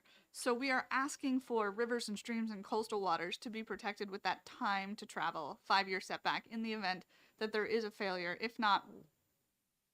when, as noted in the US EPA, that landfills liners do leak over time. So I maintain that the House's position this year is no different from 2 years ago, in the sense that we felt very strongly that protecting our perennial bodies of water in a measurable way that used science first was the way we needed to be proceeding to make sure that landfill siting was done in a way that protected those perennial bodies of water. Representative Coulon? Thank you, Madam Chair. I think of the two bills, HB 56 is the stronger one, but I have a question regarding the long-term goal of legislation like this. We've heard in testimony that Massachusetts, Connecticut, and Vermont have placed moratoriums on permitting landfills, and I'm just wondering, possibly to you, Representative Murray, what is the long-term goal of legislation like this? Thank you. Madam Chair, may I answer Sure, the you may. question? Go ahead. Okay, thank you. So to your point, Representative Coulon, this is not stating that we should be setting a moratorium, though I hear you with what you're saying with respect to our neighbors. What we are seeking to do here is protect water, right? Because once our water is contaminated, that's it. It takes an extreme amount. I appreciate that there are methods to clean it up. We'd prefer not to have to go there in the first place. Representative Howard? This is a question for Representative Murray. Is this bill limited only to protecting water? Because one of the things that I liked about 602 was that it also protects residents by having limitations about how near it can be to public roads, property boundaries, and residences. Thank you. Representative Murray, you may respond. Thank you, Madam Chair. To your point, Representative Howard, I can't speak for the representative in 602, but I understand that there are other areas as well that you find appreciable in the language around other types of roads and but I'm not entirely sure with respect to 56. if we could have that dialogue, and I'm just curious as to what you find appealing about those things. I know that those were set forth in maybe some rulemaking in other states, and so I'm curious. There aren't a whole lot of definitions either, so I think that was something we heard in testimony that we were seeking further clarification on, like what unstable soils meant, or like those types of things. A follow-up, sure. It's actually explicit in the bill that we were given on 602 that these were specific setbacks. They had, footage setback. And I guess I guess I just have a yes or no question. Should we be considering impact on humans, on residents, as much as we are on the water? Representative Murray, you may respond. Yeah, absolutely. Look, I think that there are certain things like that. Yes, I think that's an important factor. I think that water is a human health concern, having potable, drinkable water. I also know that when there are certain when landfills are cited or anything else is cited, there are many instances in which there are other types of zoning regulation or laws that have to be put in place around those other types of things, like roads and bridges and easements for power line traversing and things like that. So there's a lot that goes into it, and I hear you on what you're saying. Representative Germana. Thank you very much, Madam Chair.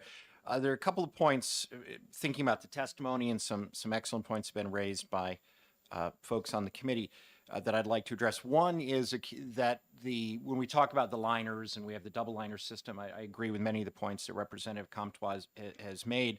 I would, however, point out that talking about whether we have one liners or two, as opposed to the time that it would take a spill or seepage to get to a water source, they're not exactly the same thing, right? The purpose of the liner is to prevent the leak. We're talking about once a leak has occurred, right? So the double liner means a leak is less likely, but it doesn't necessarily have an impact on the setback distance once a leak has occurred.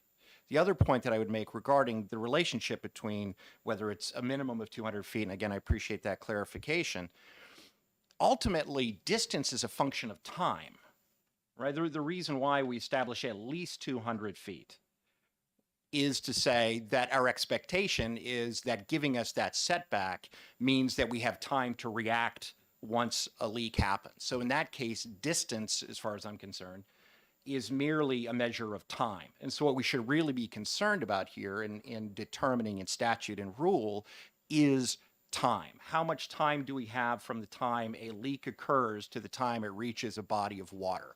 And distance in this case, which we've had in statute for 30 years, is simply a substitute for time as far as I can tell. So I think time, however we determine that appropriate time, is the appropriate measurement for how far a setback should be. Thank you. Representative Creighton. Yes, Madam Chair, just a couple of thoughts. And first of all, I agree completely that the intention of this discussion is absolutely on target, which is how do we protect our waters. But listening to testimony today and last week from some folks that are much more qualified than my 40-year-old environmental engineering degree, I think that velocity is also part of that. So it's not just distance and time; it's the soil analysis and how fast it moves through. And I think that anything that we look at that sets a standard in terms of time, distance in statute, I think is premature.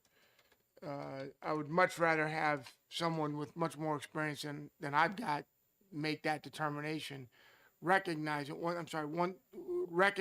that for each site, the soil, the amount of water, the movement is completely different. And so I guess in Representative Murray and I talked about it this morning. The one thing that she said, not that it's the only thing, but the one thing she said this morning that really resonated with me is, okay, put a moratorium of 2 years. So don't do this until we really sort ourselves out and figure out what the right way to do it is. But I do think that as the testimony this morning with it, that they're interested in figuring that out and that what legislation we've got should enable them to do that and put an accountability forcing function into that. And I'm sorry, I got more hands after what I said when we started, so I don't know if I was helpful or not. Representative Dutzy. Yes, thank you, Madam Chair.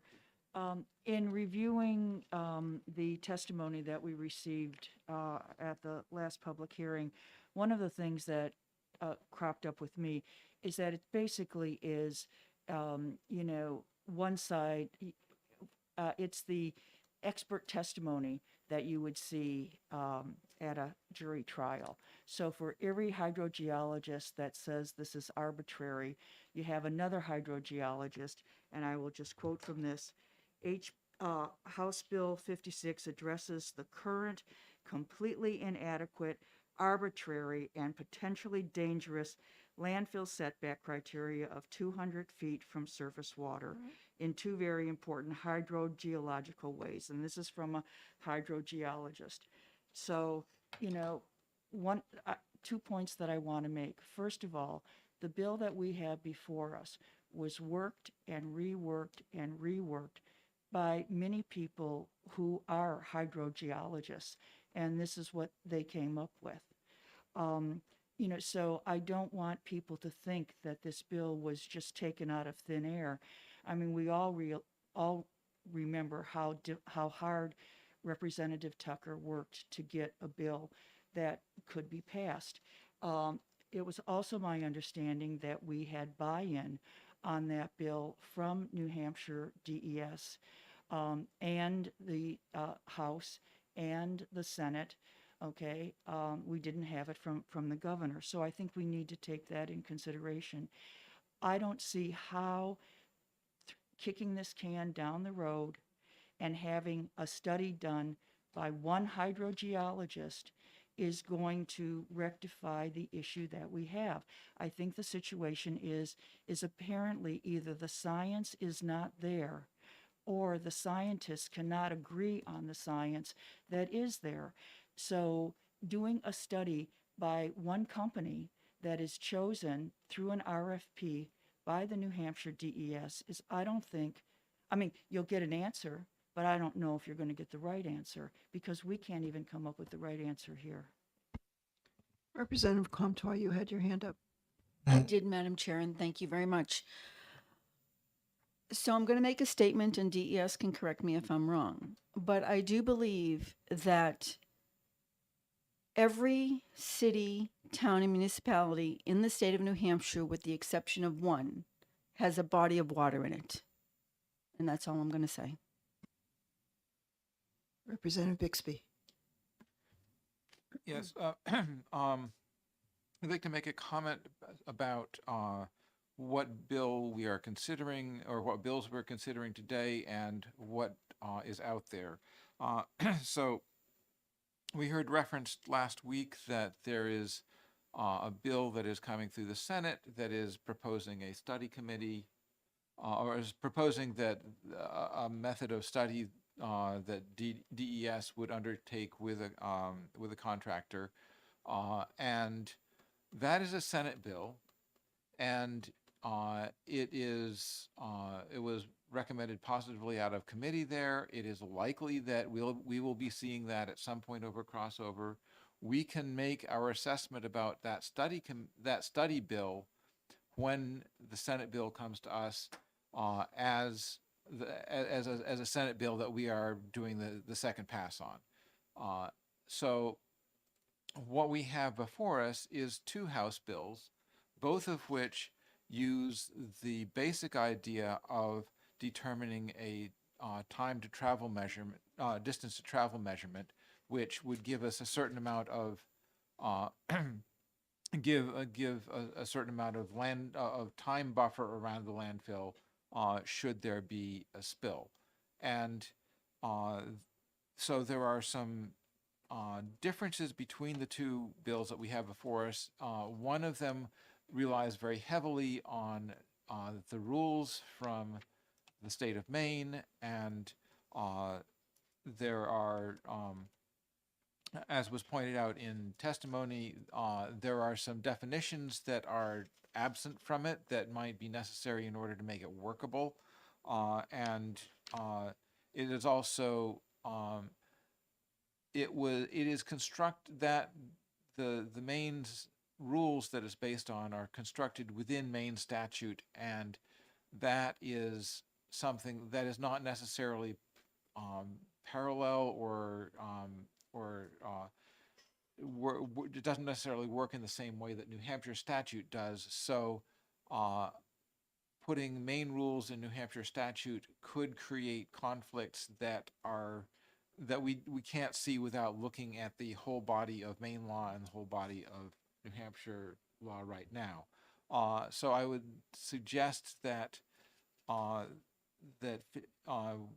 focus mostly be on HB 56, and we determine whether or not A is an approach that is appropriate for us to use right now, and B, whether there are further amendments that need to be made beyond the amendment that Representative Murray brought to us, which I think, especially in terms of the grandfather section, I think is really critical. Representative Bixby, would you suggest then that for our exec session this afternoon, HB 602 be ITL'd, and that we further work on HB 56 for an amendment for next week? I would actually propose that we retain 602 because I think that it's not clear what's going to happen down the road, and we might need that as a vehicle for further legislation. It costs nothing for us to retain it at this point, and then if we need it in the fall, we can use it. If we don't need it in the fall, we can then recommend ITL. Any other thoughts on that from our committee? Representative? Representative Nab? I just wanted to agree with Representative Bixby, and to Representative Howard's point, I think that 602 probably had some numbers in it that were valid and came from someplace, but I don't think that the people who were testifying on behalf of that bill had the answers to it. So I'm curious as to where the numbers came from, and so I just think it would be nice to have retained, so that if we decide that there needs to be more protection for a landowner nearby or around roads, we could further investigate that. Representative Comtois? Thank you, Madam Chair. I'm actually in favor of ITLing 602. I don't believe that we will have the time to look at what parts of 602 are in statute and which part of them in rules, and how they conflict with New Hampshire law. And I believe that if I know that there may be other bills coming from somewhere else that could be retained, I would ITL that. Any other comments on what we as a committee may do with HB 602? Representative Bixby? Yeah, so one of the things about, actually any bill that comes to us, is that we have the capacity to change it substantially. We don't need, other than the fact that the topic of the bill is landfill siting, we have a broad authority to put whatever we want in there, including replacing the entire bill. So by saying that we're keeping it as a vehicle, I'm not suggesting that we actually keep any of the content of it beyond the fact that it's about landfill siting. Okay, thank you. I did have there was a line in HB 602 which I thought was something that I wanted to discuss with the committee, possibly adding that into HB 56. And that is page 2, which line 3, that says the area within the solid waste boundary shall not lie over or be within 300 feet of a significant sand and gravel aquifer. aquifer. What are people's thoughts on that particular issue? Representative Murray. I wouldn't be opposed to, I mean, when we're looking at the fact that aquifers are aquifers are below ground, whereas what we were talking about is perennial bodies of water through groundwater flow. I wouldn't be opposed to that. I would also say that I thought that one of the other lines within the bill that had some merit was talking about wildlife habitat areas.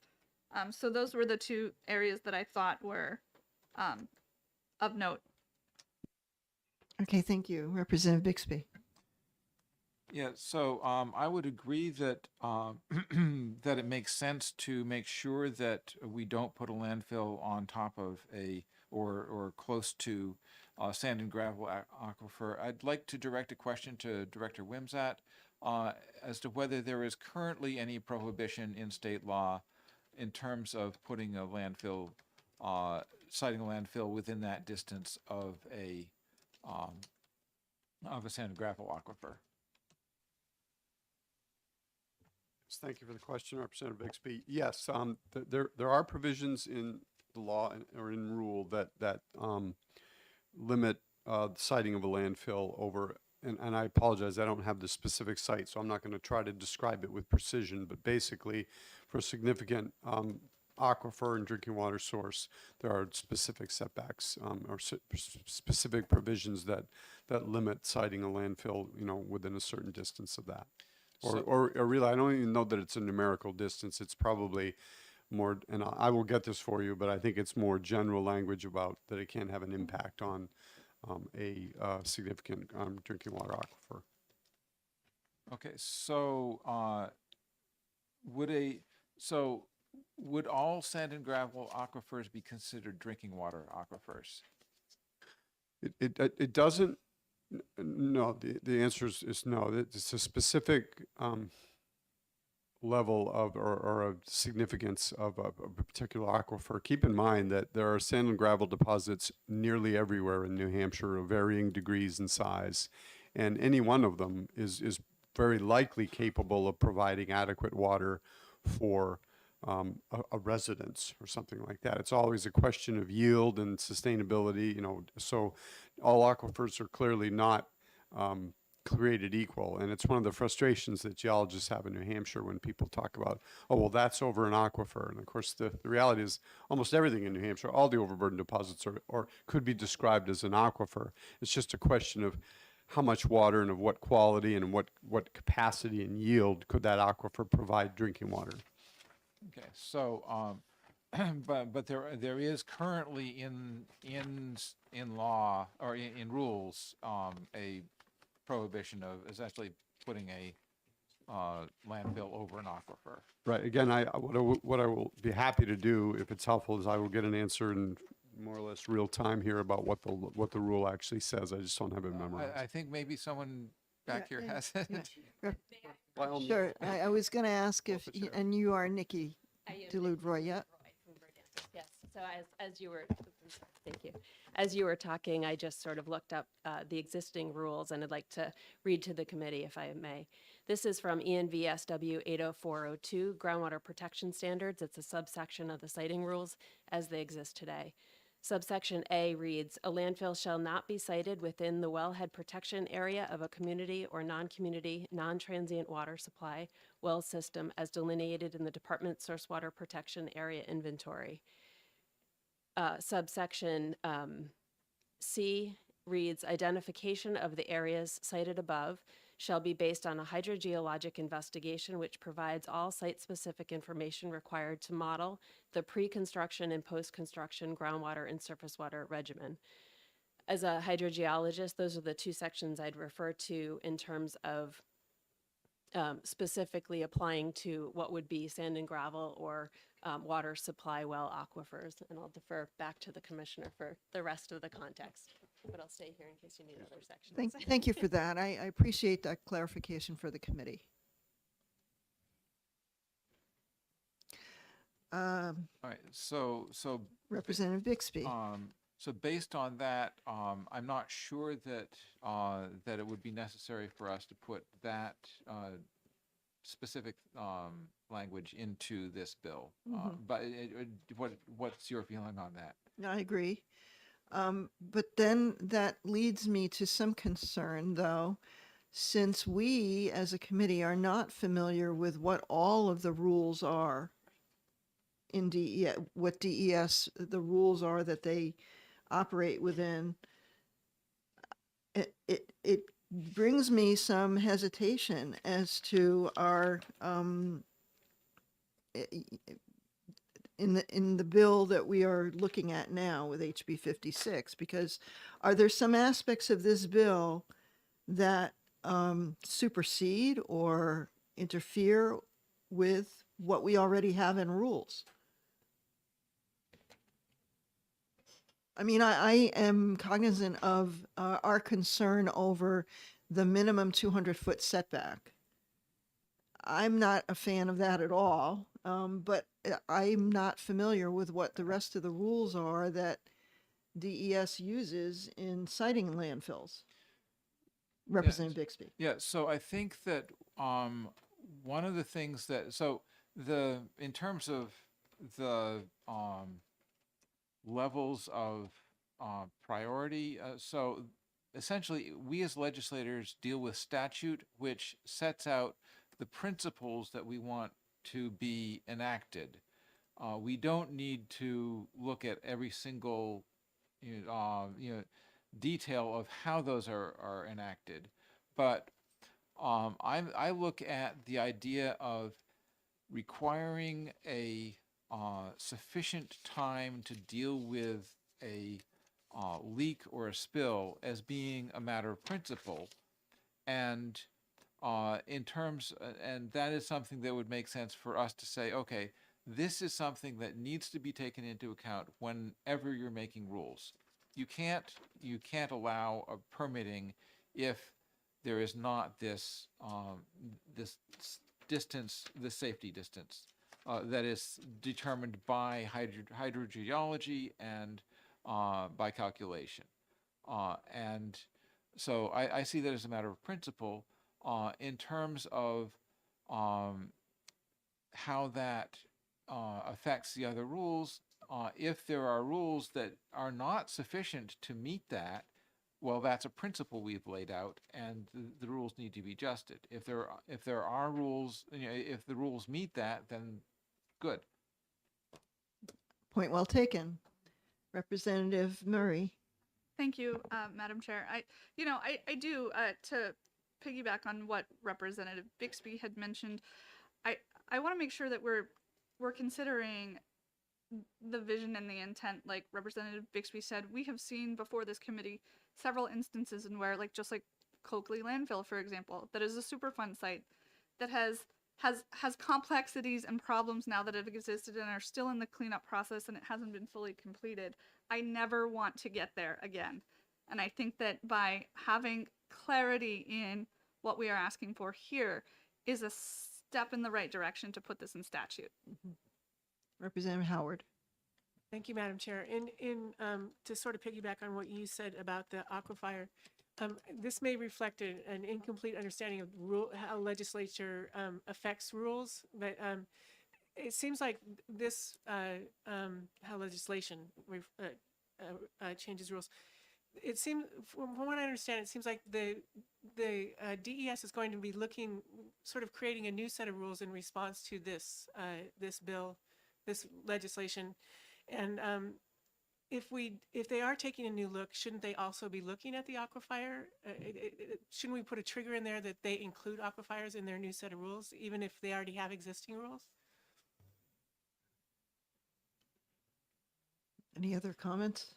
Representative Bixby. So rulemaking is a fairly complex and time-consuming operation, and so I don't want to just have a handful of things that we say DES needs to look at rules on this, this, and this. Unless they are unless there is clear evidence that it is not being taken into account right now. With the distance, with the setback distance, the fact that there's a minimum of 200 feet says that that's something that does not conform with our principle that there needs to be enough time to deal with it. But in terms of the siting related to aquifers, it sounds like there is currently an appropriate approach in rules to deal with aquifers. Now, there is the Senate bill, which we'll be able to look at later, that is suggesting a study. It might be a good idea to just do a study, an overall study of the rules, as well as having a specific principle of how much time you need to in order to respond. But and that might be a place to look at these other things. But I think that in terms of the focus of this bill, we really need to just focus on that setback distance. Representative Comtois. Thank you, Madam Chair.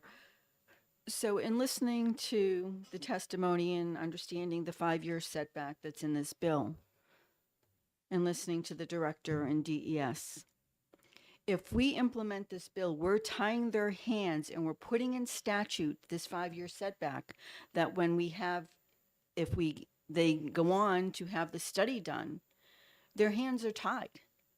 It's done. I mean, we would have to undo legislation in order for them to make the best recommendations if this is not appropriate. And my question is we don't know what is appropriate. We are saying that a 5-year setback is appropriate if we pass this bill, but nobody knows. Nobody can answer that question honestly in the state of New Hampshire. We have had differing views. Some say yes, some say no. And until we get an assessment and a study, an in-depth study, to study this issue, I think that proposing any legislation is premature. Representative Dutsey.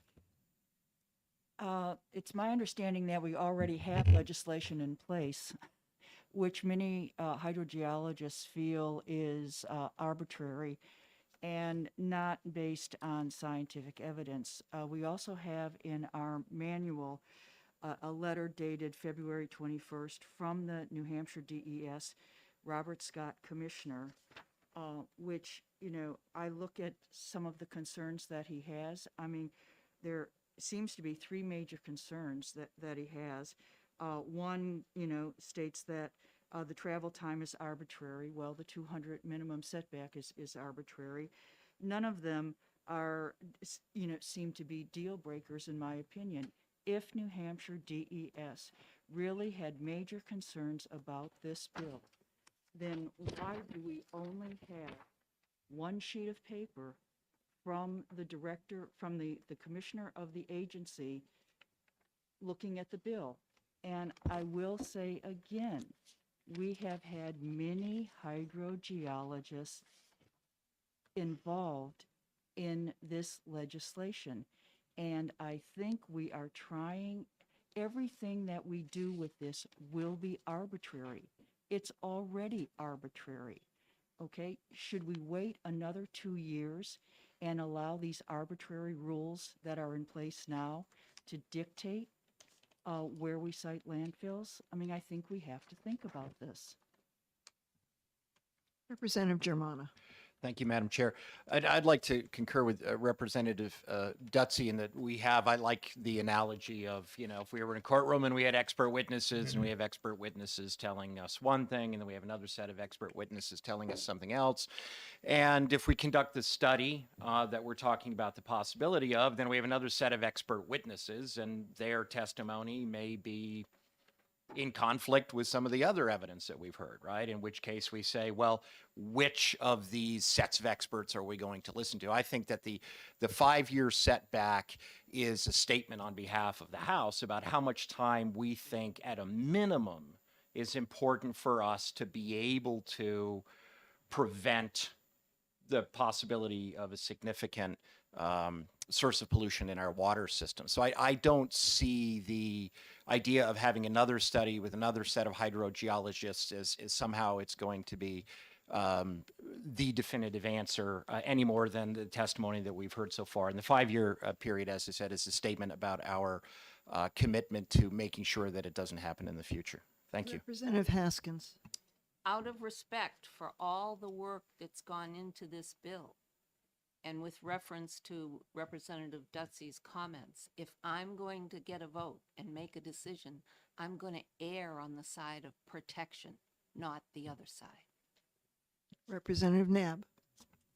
To concur with, thank you. To concur with Representative Haskins, I mean, you have to look at the consequences here. The consequences, we heard a lot of testimony about monitoring and mitigation, but when the cat's out of the bag, it's out of the bag. When the PFAS is leaked, when these chemicals have leaked, you can't just put them back. Remediation doesn't, you know, it's, if you've ever been involved in remediation, it's a tremendous amount of work. We have PFAS in our town. You can't just get rid of the PFAS. You can't just put it back in the flame retardant. It's very, very arduous and expensive to do cleanup. So knowing that you've had a leak only tells you that you've had a leak. You know, it doesn't protect the water. It doesn't stop the leak.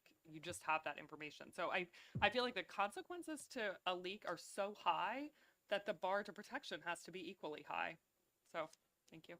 Representative Murray. Thank you, Madam Chair. And I think that the one point that we might, in addition to the public health concerns and the public safety concerns, I think it's incumbent upon us to not forget that we have a large tourism industry of folks who rely on outdoor recreation, and they come to New Hampshire to enjoy the outdoors, particularly in communities all across from the seacoast to the up north. And I want to make sure that we are keeping New Hampshire as pristine as possible to make sure that we have the ability to continue to attract folks to come here and play here and want to stay here. And I think that that's important. Representative Creighton. Yeah, so I agree with everything you're saying, but just another take on it. Any landfill that's in the state today is in the state. There are no landfills being considered as per the testimony. So by saying put a 2-year moratorium on it, don't rush to failure. Figure out what the right answer is. We're not making anything worse. There's no landfill going in. We put a moratorium on it, and you're not making it any worse. You're not creating anything new.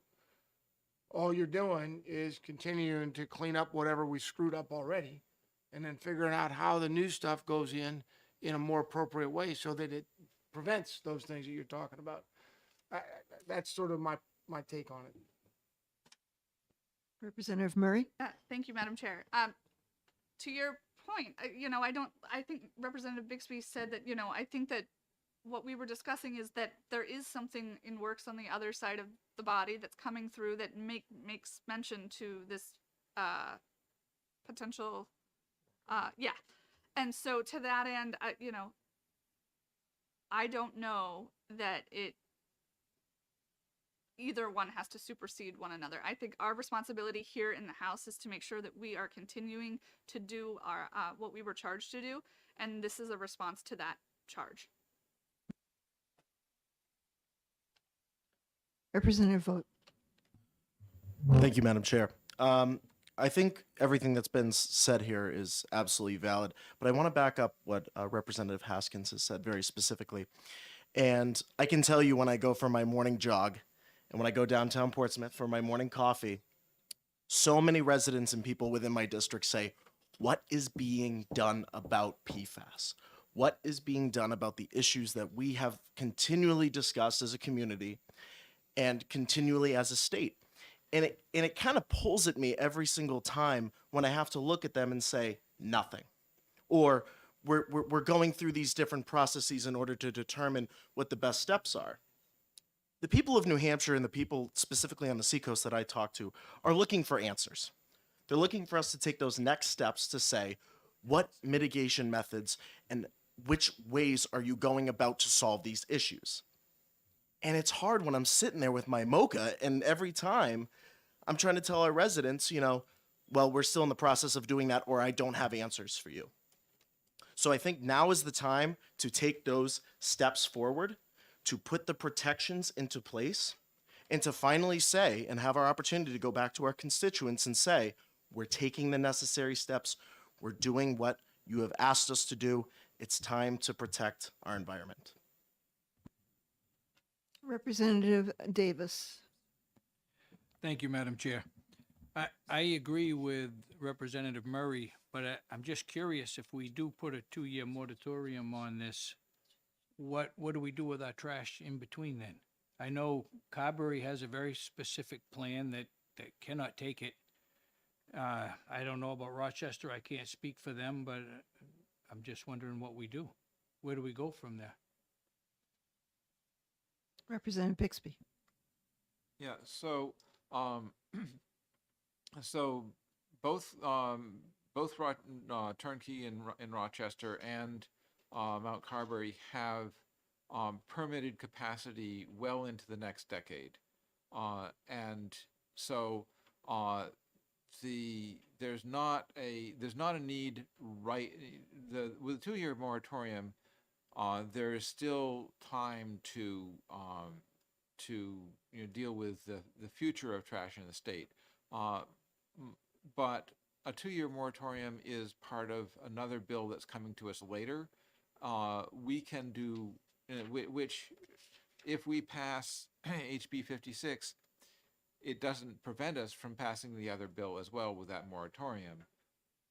But one of the things that I think is really important is that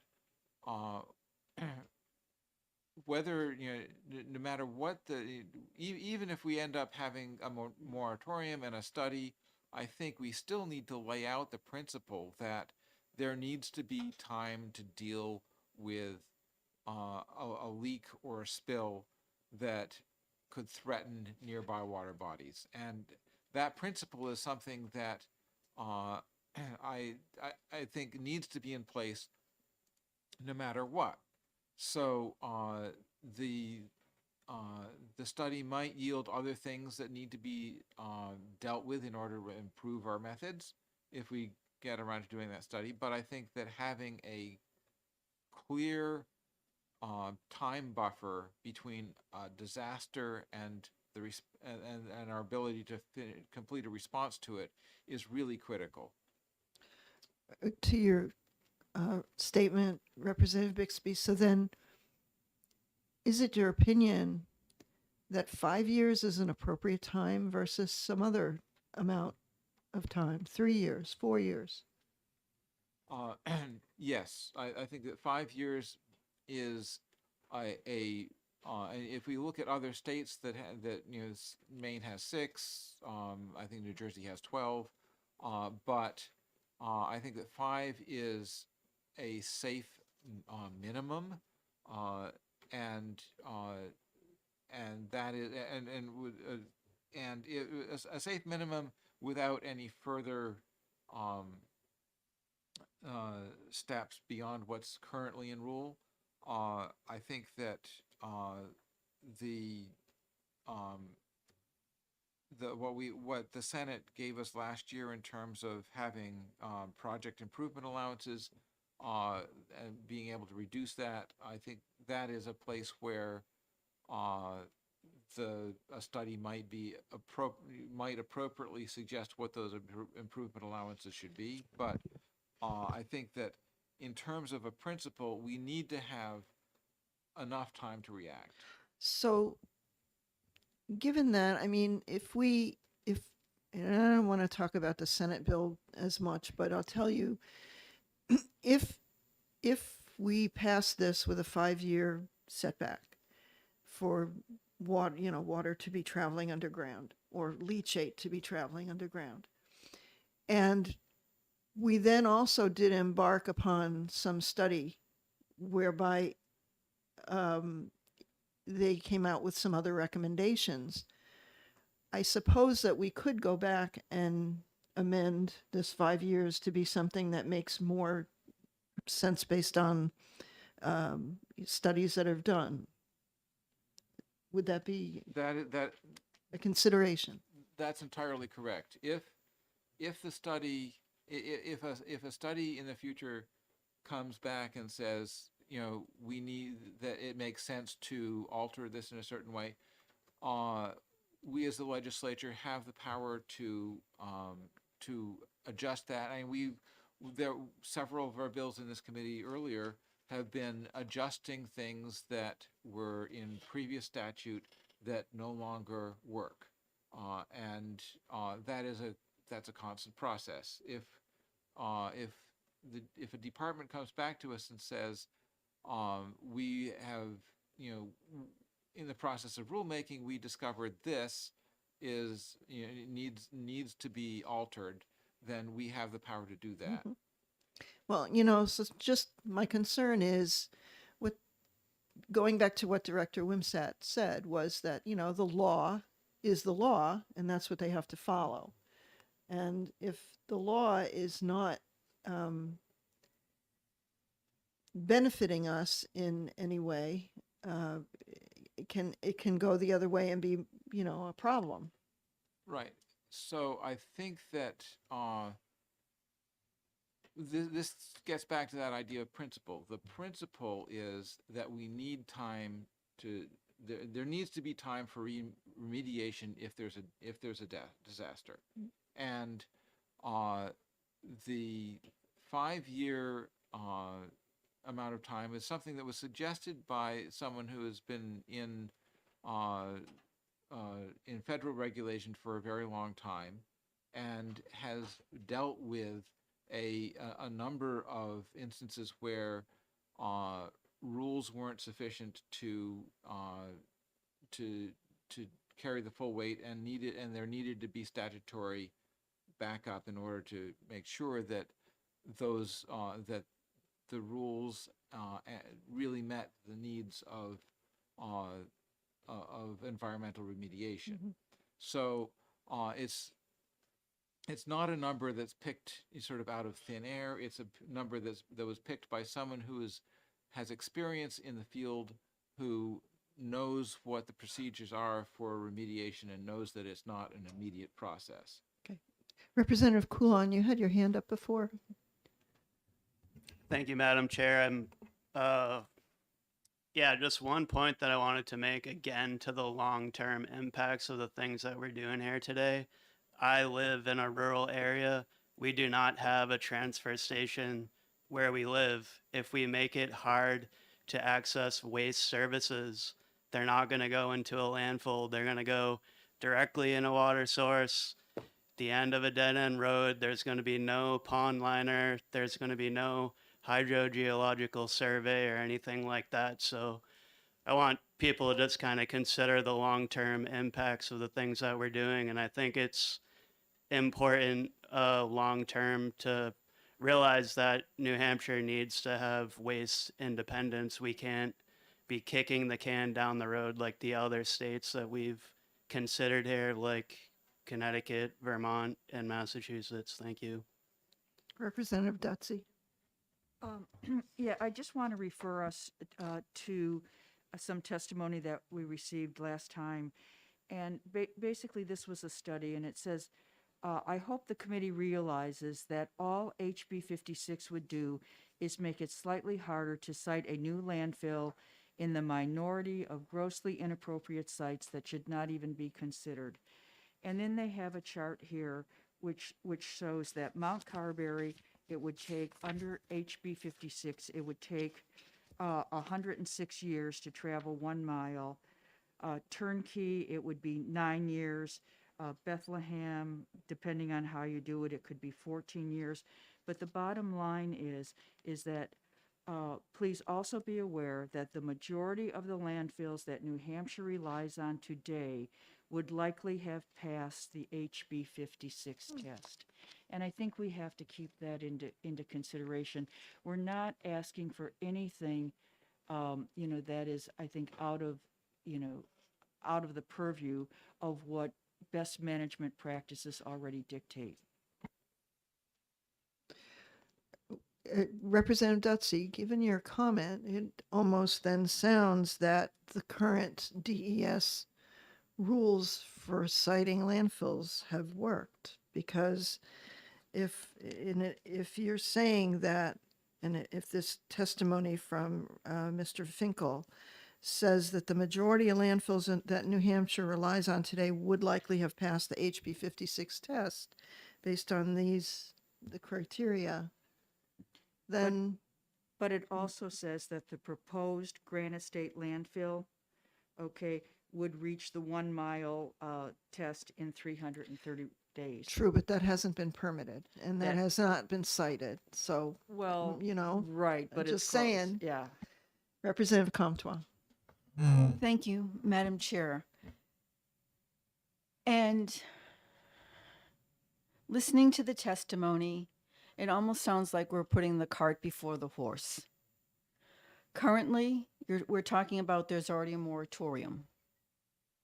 We're talking about a study. If there's already a moratorium, why is there a need to rush to legislation? Okay, there is not a There moratorium. is no moratorium. No. Okay, just wanted to ask that Don't- question. Just clarifying that. Okay, thank you, because it was stated that, Yeah, that I heard. Representative Germana. Thank you, Madam Chair. And if I could, in response to your good question about, right, is it necessary, given the testimony that Representative Dutsey referred to, I'd say that the key word to me in that statement is majority, right? And it only takes one or two leaks and problems for us to have a major problem. So it may be true that a majority of current landfills would have met these requirements anyway. Majority, I think there is a key word. I also want to reiterate that I think that talking about time of travel to a water source is a principle that we should stand on. It makes a lot more sense to me than distance. Again, I can maintain that distance is a function of time. But I don't know if it is, if perhaps the director knows the answer to this question or anybody on the committee about how the 200 feet was determined, because we get into this back and forth about what's arbitrary, what's not arbitrary. I think that we all assume, based on our work and the testimony we hear from witnesses, that these are not arbitrary numbers. They are based upon testimony, for example, the 5-year setback. But I'm wondering what the 200 feet is based on, because in the end, it's this committee in this House, they're committing to a principle, right, upon which then rules are based. So I'm wondering if that 200 feet, what the specific scientific evidence was that concluded that a minimum of 200 feet was the appropriate setback minimum. Thank you, Representative Germana. I don't know the source of the 200 feet. I would point out again that it's a minimum, that it's really not, it's part of a larger system that determines how landfills are going to be sited. And in practice, I believe there may be some examples of, I'll give you an example. There was a setback issue at one of the other landfills that was a problem, and they actually got a variance from it. It was a small wetland area that didn't meet the setback. The company was within their rights and would have likely gotten a permit to fill the wetland, and basically, then they would have met the setback because the surface water would have been gone. But they actually got a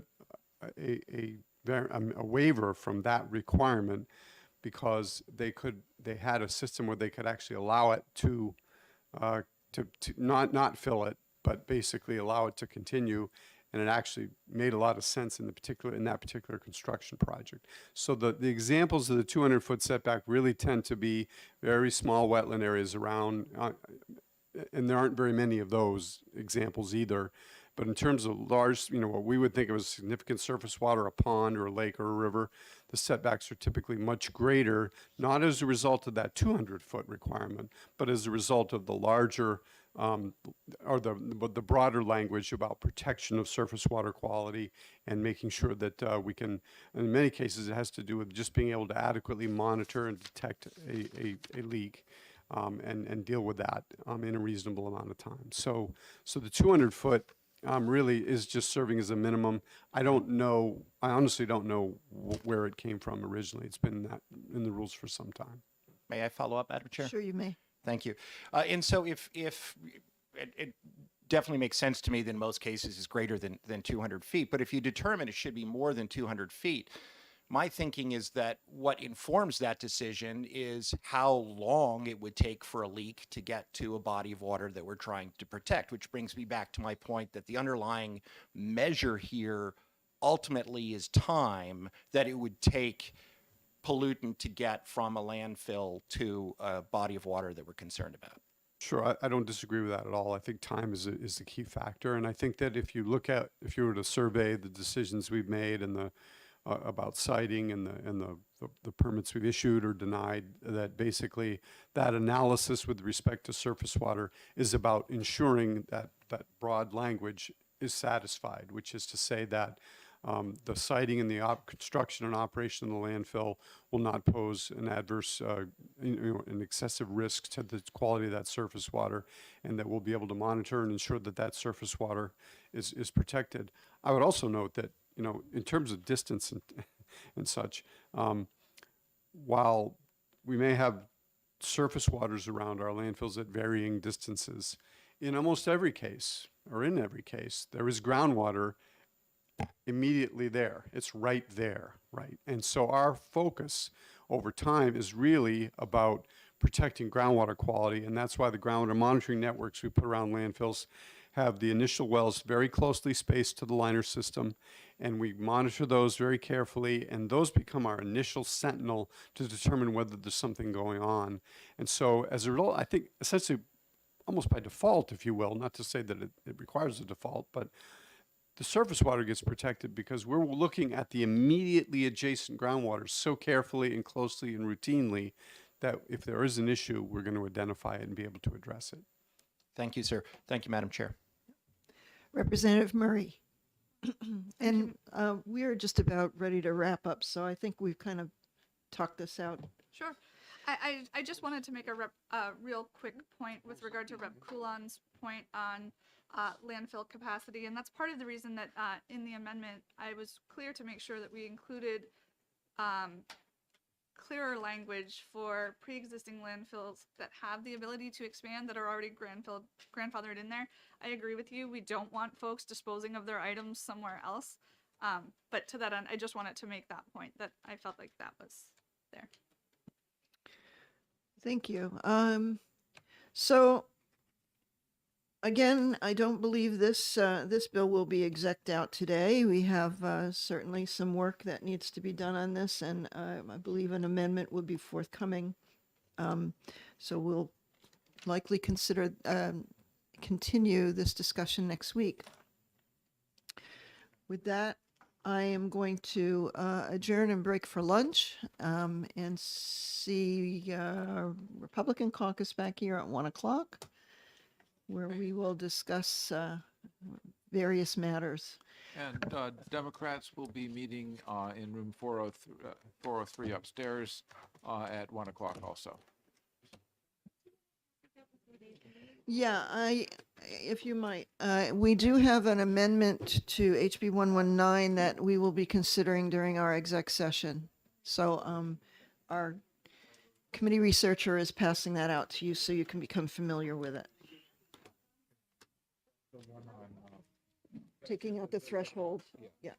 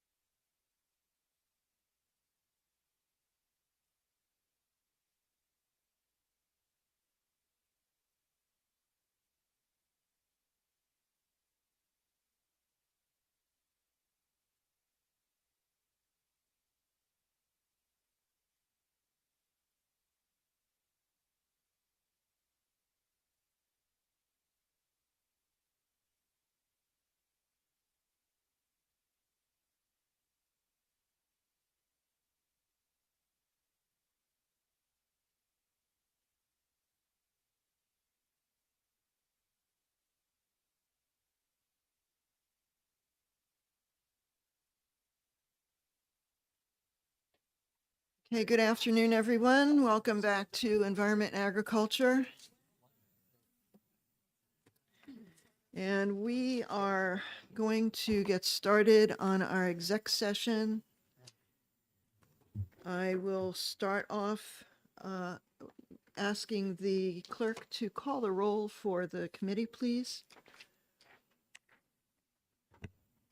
Madam Chair, Here. Representative Creighton.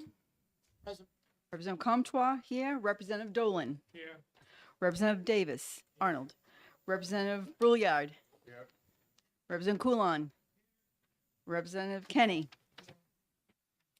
Representative Smart. Representative Bixby. Here. Representative Dutsey. Representative Murray. Representative Jimana. Here. Representative Haskins. Here. Representative Howard. Representative Nab. Representative Davis Fred. And Representative Vogt. Here. Thank you, Madam Clerk. I'll open up the exec session for HB 231, and I'm looking for a motion from Representative Creighton. Yes, Madam Chair, I move HB 231 inexpedient to legislate. Do I hear a second? Second. Thank you, Representative Davis. Representative Creighton, would you like to please speak to your motion? Yes, ma'am. Although I agree that the declawing of cats for personal reasons and not medical reasons is a terrible thing to do. I do believe that, first of all, it's not a problem in New Hampshire. Testimony indicated it wasn't a problem in New Hampshire, and it was very rarely done. Second is that most veterinarians in New Hampshire and don't do it and advise people on other options to create the same effect. The other thing is that I believe that that procedure should be a discussion between the veterinarian and the owner rather than directed at from the state level. I think that that's the type of law that we do not need to do, is direct that type of thing from the state level, but rather leave it to the doctors and the owners to figure out. Over. Thank you. Any other discussion? Representative Germana. Thank you, Madam Chair. I speak in favor of passing of OTP for H Bill 231. When we heard testimony, I found compelling arguments on both sides, not really knowing which way to go. As committee members know, I reached out to our local vet to receive her feedback. I was moved and influenced by her letter, which I circulated to members of the committee. She said that she sees it as largely a generational thing among vets. She said that there are still an older generation of vets that do continue to offer declawing of cats even when it's not medically necessary. She said, in fact, again, this is what she said when I spoke with her, that there are some veterinarians, when people bring in their cats to be spayed or neutered, who actually ask if people want the cats declawed while they're under anesthetic. She also strongly argued that this, well, as she said in her letter that I circulated, it's her strong opinion that the state has a unique opportunity to use the bill to support veterinarians in their efforts to improve animal welfare standards. She said from her perspective, it is, she would like if someone were to come into her practice and ask for this, for her to be able to just say, no, it's against the law, and end the conversation there. She also, or I will say from my own perspective, we did have a vet here who testified. I asked that witness, that vet, if the practice of declawing cats, unless it's for a medically necessary reason, if she considered it cruel. And in my opinion, she had a very long pause before she said no and provided a very tortured response. It was not at all a convincing answer as far as I'm concerned. And then also for me personally, we have laws on the books around animal cruelty. period. We define animal cruelty in statute. And if it's our determination that this is a cruel practice, then like other examples of animal cruelty, it should be illegal. So for those reasons, Madam Chair, I will support the bill. Thank you. you. Any other discussion? Representative Bixby. Yeah, so, two things about, I am hesitant to classify declawing as animal cruelty because that invokes another whole set of portion of the criminal statute, and I don't think that it rises to that level. There is one thing that is different about this bill from the ones we saw in previous years is that it makes declawing of cats a violation rather than being a criminal offense, and I am willing to I will be voting against the ITL because I am willing to say it makes sense to, as Representative Germana pointed out, provide some cover for veterinarians who want to just be able to say to their clients, it's against the law. Thank you. Representative Comtois. Thank you, Madam Chair. I think what we heard in testimony, and I can't speak for all veterinarians, and I don't think any one veterinarian can speak for all, but from testimony that we heard from several people and from me talking to several vets, they educate anybody that walks into their office that wants a declaw. They do a really deep assessment, and for the most part, they talk most of those people out of that declaw. However, there are going to be exceptions to the rule, and I believe it's between the owner and the veterinarian to make that determination for the animal and the owner. Thank you. Yes. Representative Germana. Thank you very much, Madam Chair. I apologize. I forgot to add something in my previous comments. I also wanted to point out that I received a follow-up email from that vet pointing out that the Centers for Disease Control no longer recommend declawing of cats for people who have blood clotting disorders. There's also other kind of testimony out there. I don't know if this has been circulated, if everyone got it from the Humane Society, but from physician stating the same thing, that was one of the things that came up in the testimony, which I understand certainly was the concern for people whose pets are very important to them, but they may have blood clotting disorders because of medicine or a disease. But in any event, I just wanted to make that point, that it is no longer recommended by the CDC that those folks have declawed cats to prevent them from problems that might follow from being scratched. Thank you, Madam Chair. Thank you. For my own comments, I'd like to say that declawing cats, the only two states that specifically prohibit declawing by statute is New York and Maryland. And seeing as I don't really see that as an overwhelming problem here in New Hampshire, where many cats are being declawed by veterinarians, I will be supporting the ITL motion. I don't believe that we need to really put this in our statutes, and I'll leave it at that. Any other discussion? Seeing none, I would like the clerk to call the roll on this vote. Thank you, Madam Chair. We're voting on HB 231-FN, and the motion is ITL. Representative Creighton. Creighton represents, is yay. No. No, yes. On ATL. I am ITL. yay Yeah, ITL. yay on ITL. Yes. Correct. Representative Comtois, yes. Representative Dolan. Yes. Representative Arnold Davis. Representative Brouillard. Yes. Representative Coulon.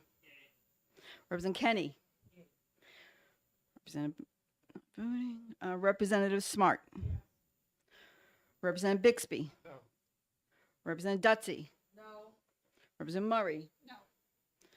Representative Germana. No. Representative Haskins. No. Representative Howard. No. Representative Nab. No. Representative Fred Davis. No. Representative Voigt. No. 9-9. Aaron. Oh, Madam Chair. Madam Chair is yes on ITL. Still 9-9. Okay, who will be writing the committee reports? I believe Representative Creighton will be writing the ITL motion report. And Representative Germano will be writing for the OTP. Please get your reports into me as soon as possible. Send them to me electronically. That would be helpful. Thank you. And I will close the exec on HB 231 and open up the exec on HB 37, establishing a committee to study best practices for companion animal groomers. And I would like to make the motion to retain this bill.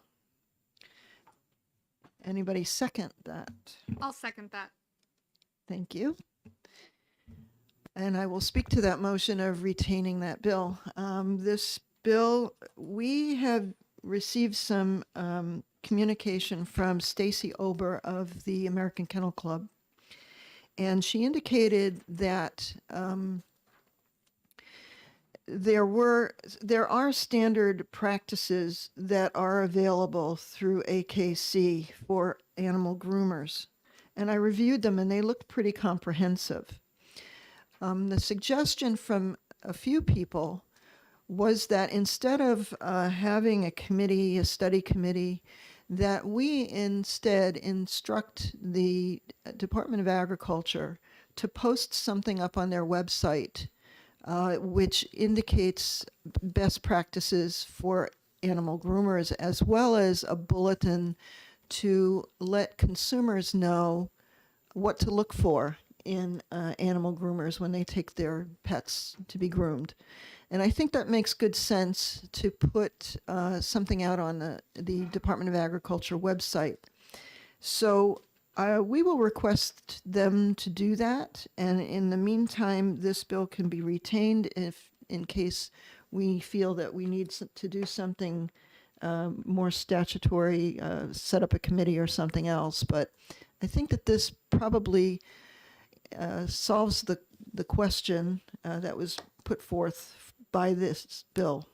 And I don't know if there's any other comment that anybody would like to make on it. Seeing none, would you please call the roll, Madam Clerk, to retain this bill? Thank you, Madam Chair. We're voting on HB 37. But the motion is to retain. Representative Creighton. Yay. Representative Comtois. Yes. Representative Dolan. Yes. Representative Arnold Davis. Yes. Representative Brouillard. Yes. Representative Coulon. Yes. Representative Kenny. Yes. Representative Smart. Yes. Representative Bixby. Yes. Representative Dutsey. Yes. Representative Murray. Yes. Representative Germana. Yes. Representative Haskins. Yes. Representative Howard. Yes. Representative Nab. Yes. Representative Fred Davis. Yes. Representative Voigt. Yes. 18-0, motion passes. Hello? Oh, Madam Chair. Yes. I'm so sorry. I count your vote. I've forgotten. Madam Chair, do we want, oh, we don't need to put this on consent. No, thank you. I will close the execs for HB 37. And I will open up the exec session for HB 221 relative to the acquisition of agricultural land development rights. And Representative Bixby, I believe you have a motion. Yes, I'd like to move ought to pass and make an move the adoption of amendment HB 221, and I'll then speak to that. Speak to the amendment briefly. What is the number on the amendment? Sorry. So amendment number 2023-0701H. Okay, thank you. Okay, so we Do discussed. we have a second? Oh, Do we sorry. need a second? I'll second that. Oh no. Did, No, that's fine. did Oh, you- sorry. That's right. okay. Okay, so all right. May I now speak? Yes, you may. Go Okay, ahead. thank you. Sorry about bumbling that. So we discussed this amendment fairly thoroughly this morning, so I don't think that a lot more needs to be said. I'm just like to note that this is going to be very useful for helping preserve agricultural land in the state, and yeah. Any other comments on this amendment? Seeing none, would you please call the roll, Madam Clerk? Thank you, Madam Chair. This is to adopt amendment number 2023-071H. Representative Creighton. Yay. Representative Comtois, yes. Representative Dolan. Yes. Representative Arnold Davis. Representative Brouillard. Yes. Representative Coulon. Representative Kenny. Representative Smart. Representative Bixby. Yes. Representative Dutsy. Representative Murray. Yes. Representative Jamana. Yes. Representative Haskins. Yes. Representative Howard. Representative Nab. Representative Fred Davis. Representative Voigt. Yes. Madam Chair, Yes. 18-0. Thank you. The motion is adopted. The amendment is adopted. The amendment is adopted. Do I hear a motion for OTPA? Yes. Representative Bixby. I move ought to pass with as amended with amendment 2023-0701H. And I will second that. Okay. Any other discussion? Seeing none, Madam Clerk, would you call the roll? Thank you, Madam Chair. We're voting on HB 221 OTPA. Representative Creighton. Yay. Representative Comtois, yes. Representative Dolan. Yes. Representative Arnold Davis. Representative Brouillard. Yes. Representative Coulon. Representative Kenny. Representative Smart. Representative Bixby. Yes. Representative Dutsy. Representative Murray. Representative Jamana. Yes. Representative Haskins. Yes. Representative Howard. Representative Nab. Representative Fred Davis. Representative Voigt. Yes. Madam Chair, Yes. 18-0, motion passes. And do I hear that we should put this on the consent calendar? Without objection. Thank you. Okay, I will close the exec on HB 221 and open up the exec on HB 119. That is relative to homestead food operation licensure. And Representative Comtois, I believe you have an amendment that you'd like to offer on this bill. Thank you, Madam Chair. I would like to move that we adopt amendment number 2023-0629H regarding House Bill 119. Do I hear a second? Okay, thank you. Any discussion on this amendment? Would you like to speak to the amendment? Thank you, Madam Chair. This amendment is we have changed the original bill and we are taking out the dollar amount for homestead food operations because after hearing testimony, there is no enforcement issue here, and the original intent of the original bill was supposed to be that it was the amount was increased every year regarding inflation, and we just feel that because there's no enforcement issue regarding this, that the dollar amount does not need to be in there. Representative Bixby. Yes, so another aspect of this is that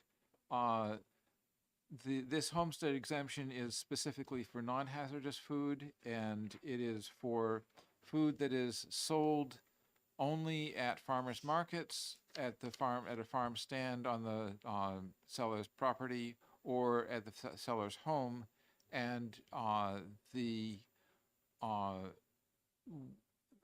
in order to sell in venues broader than that, they would have to get licensed.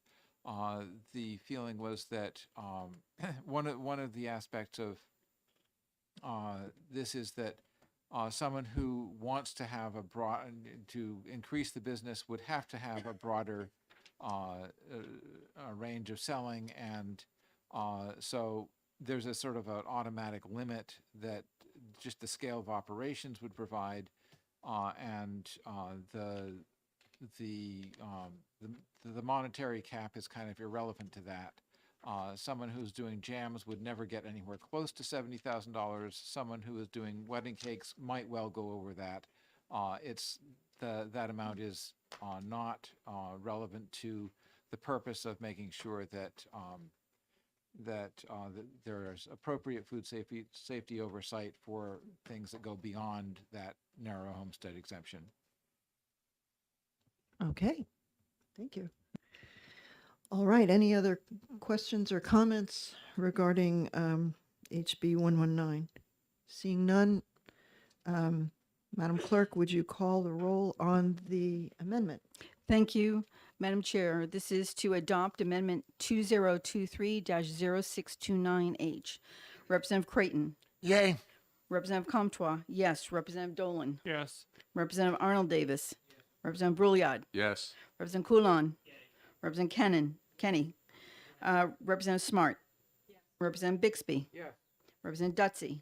Representative Murray. Representative Jamana. Yes. Representative Haskins. Yes. Representative Howard. Representative Nab. Representative Fred Davis. Representative Voigt. Yes. Madam Chair. Yes. 18-0, the amendment is adopted. And do I hear a motion for OTPA? Madam Chair, I'd like to make a motion to OTPA 119. Dutsey seconds. Any discussion? Seeing none, would you call the roll on OTPA for 119? Thank you, Madam Chair. This is OTPA on House Bill 119. Representative Creighton. Yay. Representative Comtois, yes. Representative Dolan. Yes. Representative Arnold Davis. Representative Brouillard. Yes. Representative Kenny. Representative Coulon. Representative Smart. Representative Bixby. Representative Dutsey. Representative Murray. Representative Jamana. Yes. Representative Haskins. Yes. Representative Howard. Representative Nab. Representative Fred Davis. Representative Voigt. Yes. Madam Chair, Yes. 18-0. And without, well, could we put this on the consent calendar? Sure. Without objection? It does have a Thank you. fiscal note. I don't know what the fiscal note is. Yeah, it's not a big enough fiscal note. Okay, so I will close the exec on HB 119 and open up the exec on HB 122. And do I hear a motion from Representative Comtois? Thank you, Madam Chair. I make a motion to retain House Bill 122. Do I hear a second? Nab. Thank you. Would you like to speak to your motion? Thank you, Madam Chair. Yes. Although the bill itself is not ready for prime time, we have seen in recent weeks articles in the paper where people are making food from the farmers are making food and trying to give it to those in need and can no longer do that. And I think this bill, if we retain it, we can address some of these issues and help food security in the state. Okay, any other discussion on this? Seeing none, would you please call the roll on retaining HB 122? Thank you, Madam Chair. Representative Creighton. Yay. Representative Comtois, yes. Representative Dolan. Yes. Representative Arnold Davis. Representative Brouillard. Yes. Representative Coulon. Representative Kenny. Representative Smart. Representative Bixby. Representative Dutsey. Representative Murray. Representative Jamana. Yes. Representative Haskins. Yes. Representative Howard. Representative Nab. Representative Fred Davis. Representative Voigt. Yes. Madam Chair, Yes. 18-0. Okay. That bill is retained, and I close the exec session on that. Open up the exec on HB 348 relative to the sale of raw milk and products made with raw milk. Do I hear a motion? Yes, Madam Chair, move to ITL. Representative Howard moves to ITL. Do I hear a second? I'll second, Madam Chair. Thank you, Representative Brouillard. Would you like to speak to your motion, please, Representative Howard? The prior law that controls these is barely a year old, so we'd like to give it time to see how well it works. And this is supported by Health and Human Services, Food Protective Services. Any other comments? Representative Bixby. Yeah, I just, there's been a fairly long history with sorting things out with raw milk, and the key part of this one was the raw milk ice cream, and our former chair and longtime member of the committee, John O'Connor, the Honorable John O'Connor, put a lot of work into the bill that finally went into law last term, and that in terms of making sure that the risks involved in raw milk did not create any sort of a broad hazard, and Representative or the Honorable O'Connor was for a very long time in the dairy industry, so I'd really trust his judgment, and he felt that this bill was not appropriate at this time. Thank you, Representative Murray.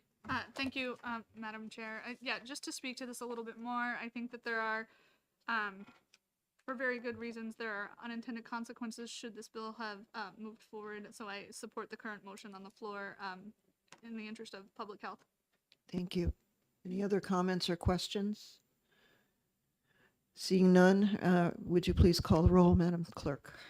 Thank you, Madam Chair. This is to ITL HB 348-FN. Representative Creighton. Yay.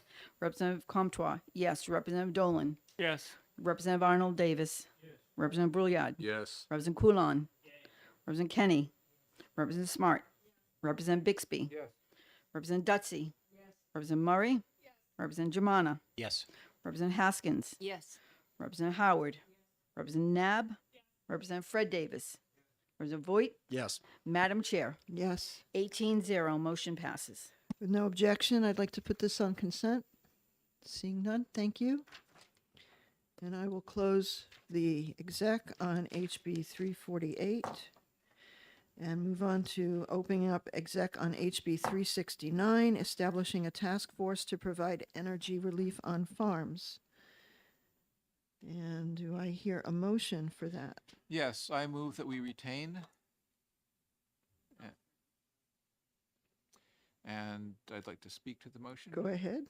Okay, so when we heard this bill, it was fairly clear in the process of the hearing that a task force was not going to really get us where we wanted to be with this. What we really needed was to have some person or entity that would be able to help connect farmers with the help with the assistance they needed in order to get appropriate assistance applying for energy on-farm energy grants, and whether it's related to solar or wind or storage or efficiency. I had some conversations with with a number of people, and it all sort of pointed in the direction of seeing if this was something that we could work with Cooperative Extension. I spoke with the director of Cooperative Extension, and he explained the process that they use for doing education programs like the pesticide. The pesticide licensing is done by the Department of Agriculture, but the training for that is done by Cooperative Extension on a contract basis. And the idea that we worked out was that there could be someone in Cooperative Extension who would be a field specialist for energy purposes, and there would be a contract between the Department of Agriculture and Cooperative Extension to make that possible. This is something that this would require an appropriation of about $100,000, which is about what it costs to get a full-time person, plus all the benefits and all the travel expenses, etc. And that's something that wouldn't be possible to bring for us to get into the bill process, or we couldn't because it's got the appropriation. We couldn't do that this year of this term, but we could do it in the second year of this term. Chairman Aaron spoke with the chair of finance, and got some feedback that $100,000 for a purpose like this would probably be available. So this is something we'll work on to amend the bill in the fall and bring it forward again bring it forward to a vote early next year. Thank you. Any other comments or questions? Seeing none, Madam Clerk, would you call the roll to retain this bill? Thank you, Madam Chair. The vote is to retain HB 369. Representative Creighton. Yay. Representative Comtois, yes. Representative Dolan. Yes. Representative Arnold Davis. Representative Brouillard. Yes. Representative Coulon. Representative Kenny. Representative Smart. Representative Bixby. Representative Dutsey. Representative Murray. Representative Germana. Yes. Representative Haskins. Yes. Representative Howard. Representative Nab. Representative Fred Davis. Representative Voigt. Yes. Madam Chair, Yes. 18-0. Okay. Thank you. I will close the exec session on that bill and open up the exec session on HB 493, eliminating the state meat inspection program. Do I hear a motion? Thank you, Madam Representative Chair. Coulon, yeah. Yes, I motion to retain HB 493. Do I hear a second? Representative Murray seconds. And would you like to speak to your motion, Representative Coulon? I would not. Okay. Representative Bixby. So this was my bill, and there's a bill coming through the Senate that is a study committee on processing non-amenable meat and non-amenable animals, and that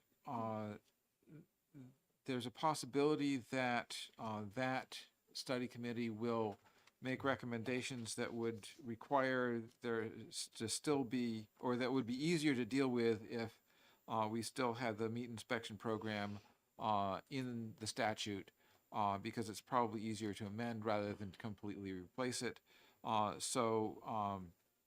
In case we need this bill for further legislation related to that study, I think it makes sense to retain it, and yeah. I agree. Thank you very much for that. And do we have any other question or comment from the committee on that bill? Seeing none, please, Madam Clerk, call the roll. Thank you, Madam Chair. We're voting on to retain HB 493. Representative Creighton. Yay. Representative Comtois, yes. Representative Dolan. Yes. Representative Arnold Davis. Representative Brouillard. Yes. Representative Coulon. Representative Kenny. Representative Smart. Representative Bixby. Representative Dutsey. Representative Murray. Representative Germana. Yes. Representative Haskins. Yes. Representative Howard. Representative Nab. Representative Fred Davis. Representative Voigt. Yes. Madam Chair. Yes. 18-0. Motion passes. Thank you. Close the exec on HB 493.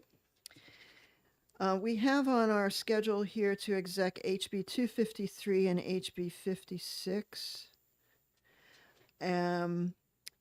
We are probably going to be getting some amendments on those two bills, so they are not ready to be exec today.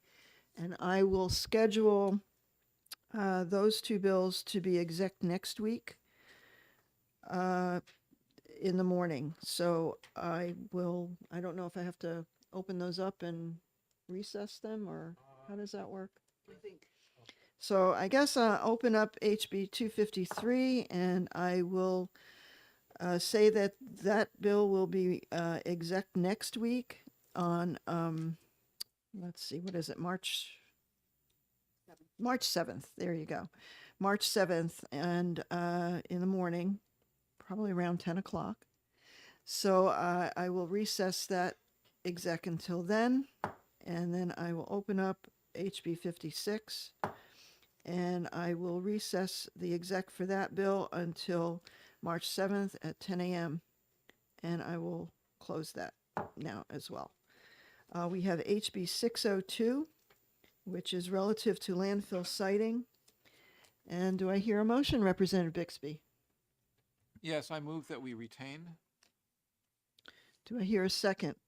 I will second that, actually. And Would you speak to your motion, please? yes, this, we have two bills that deal with landfill siting, this one and HB 56. We decided this morning that HB 56 would be the better vehicle for us to use at the moment.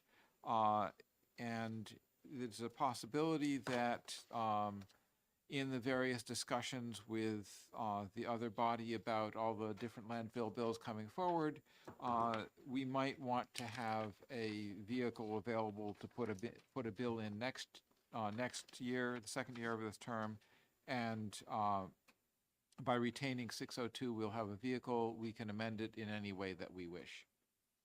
Thank you. Any other questions or comments about that?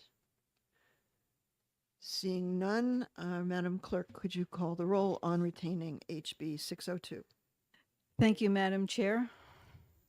The vote is to retain HB 602. Representative Creighton. Yay. Representative Comtois. Yes. Representative Dolan. Yes. Representative Arnold Davis. Representative Brouillard. Yes. Representative Coulon. Representative Kenny.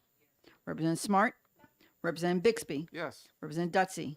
Representative Murray. Yes. Representative Germana. Yes. Representative Haskins. Yes. Representative Howard. Representative Nab. Representative Fred Davis. Representative Voigt. Yes. Madam Chair, Yes. 18-0 motion passes. Thank you. I will close the exec on HB 602. Okay, so we have a couple of bills, HB 231, HB 221, HB 119, HB 348, which I will need committee reports on, so please make sure you get them to me. And again, we will have an exec session next week for HB 253. Probably we'll do a short, do we need a short committee work session prior so that we can go over the amendments before we go into an exec session? I believe that would be in order. Yeah, that would make sense. So if we did, if we had our work session from say 10 to 10:30 for both those bills, or 10, huh? Oh, yeah, we probably have work session and then maybe a short caucus time and then exec, and then we would have our presentation by Tara Sad and Bob Hafner from Council of State Government. So we can do that in the morning. And I'll figure out the timing, but please put in your schedule that we will have a meeting next Tuesday morning. Okay? And I suppose that's all for business today. Anybody have anything else to offer the committee? Again, if you are going to be absent for an exec session or a committee meeting, please let me or Peter Bixby know, or Representative Creighton, our vice chair, so that we know who will be in attendance and who will not be in attendance. And other than that, I have nothing further. And I want to thank you all for coming out on this very snowy day. Oh, one other thing. So with the animal groomers bill, I will draft up a letter from the committee that would go to Commissioner of Agriculture, requesting that some document be put out on their website regarding animal grooming practices, as well as a consumer guide for animal groomers, a consumer guide for people who are looking for animal groomers. And I will share that with you all before I send anything out. So. Did you want to mention do you want to mention the letter to the Board of the Pesticide Control Board on? Oh, pesticides? sure. We had a letter that Yes, thank you for the reminder. So yes, our committee researcher took some words that Representative Bixby put together and put it on letterhead. Would you like to read that letter, Representative Bixby? Did you get a copy of it? Electronic copy? There's an electronic copy. There's but, an electronic copy. I don't. do I Hang have- on. I'm not sure that I have a. I could dig it up on. No.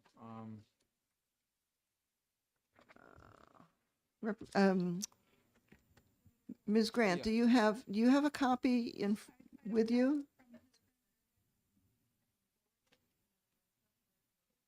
Okay. Well, actually, I could probably. Can you read it to us? Yeah. Yeah, sit up at there and just read it to us and let everybody know what we're sending out. You don't have a copy? Not yet, okay.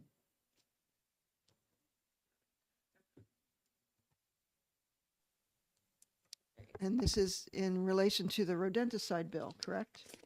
Yeah. Okay, so this is to Commissioner Jasper. Dear Commissioner Jasper, the House Environment and Agricultural Committee received a bill, HB 326, proposing a ban on second-generation anticoagulant rodenticides, SGARs, with some specific exemptions. The impetus for the bill was animal rehabilitation centers observing an increase in cases of wild animals suffering anticoagulant poisoning. We heard from environmental organizations and wildlife rehabilitators who testified that poisoned rodents before they die make easy prey for raptors and other carnivores, and that the corpses pose a poisoning threat for carrion eaters. We heard from other witnesses that rodent infestations, particularly rat infestations, can be very difficult to control with alternate methods. On February 7th, Commissioner Jasper informed the committee that the Pesticide Control Board is convening a stakeholder working group that will include, among others, a representative of the New Hampshire Veterinary Diagnostic Laboratory and a representative of the New Hampshire Wildlife Rehabilitation Organizations. The working group will be charged with gathering and assessing data regarding wildlife exposure to SGARs and developing a solution for this problem. One possible approach would be classifying SGARs as restricted use. The House Environment and Agriculture Committee fully supports the work of the working group. We have retained HB 326. If the working group finds a resolution to the problem that can be achieved within current statute through rulemaking, the bill can be recommended ITL when we review it in the fall. If, on the other hand, further legislation will be necessary to resolve the issue, HB 326 will be available as a vehicle for that legislation. The committee extends its appreciation to the Pesticide Control Board for the work it does to make sure that pesticides are used responsibly in New Hampshire.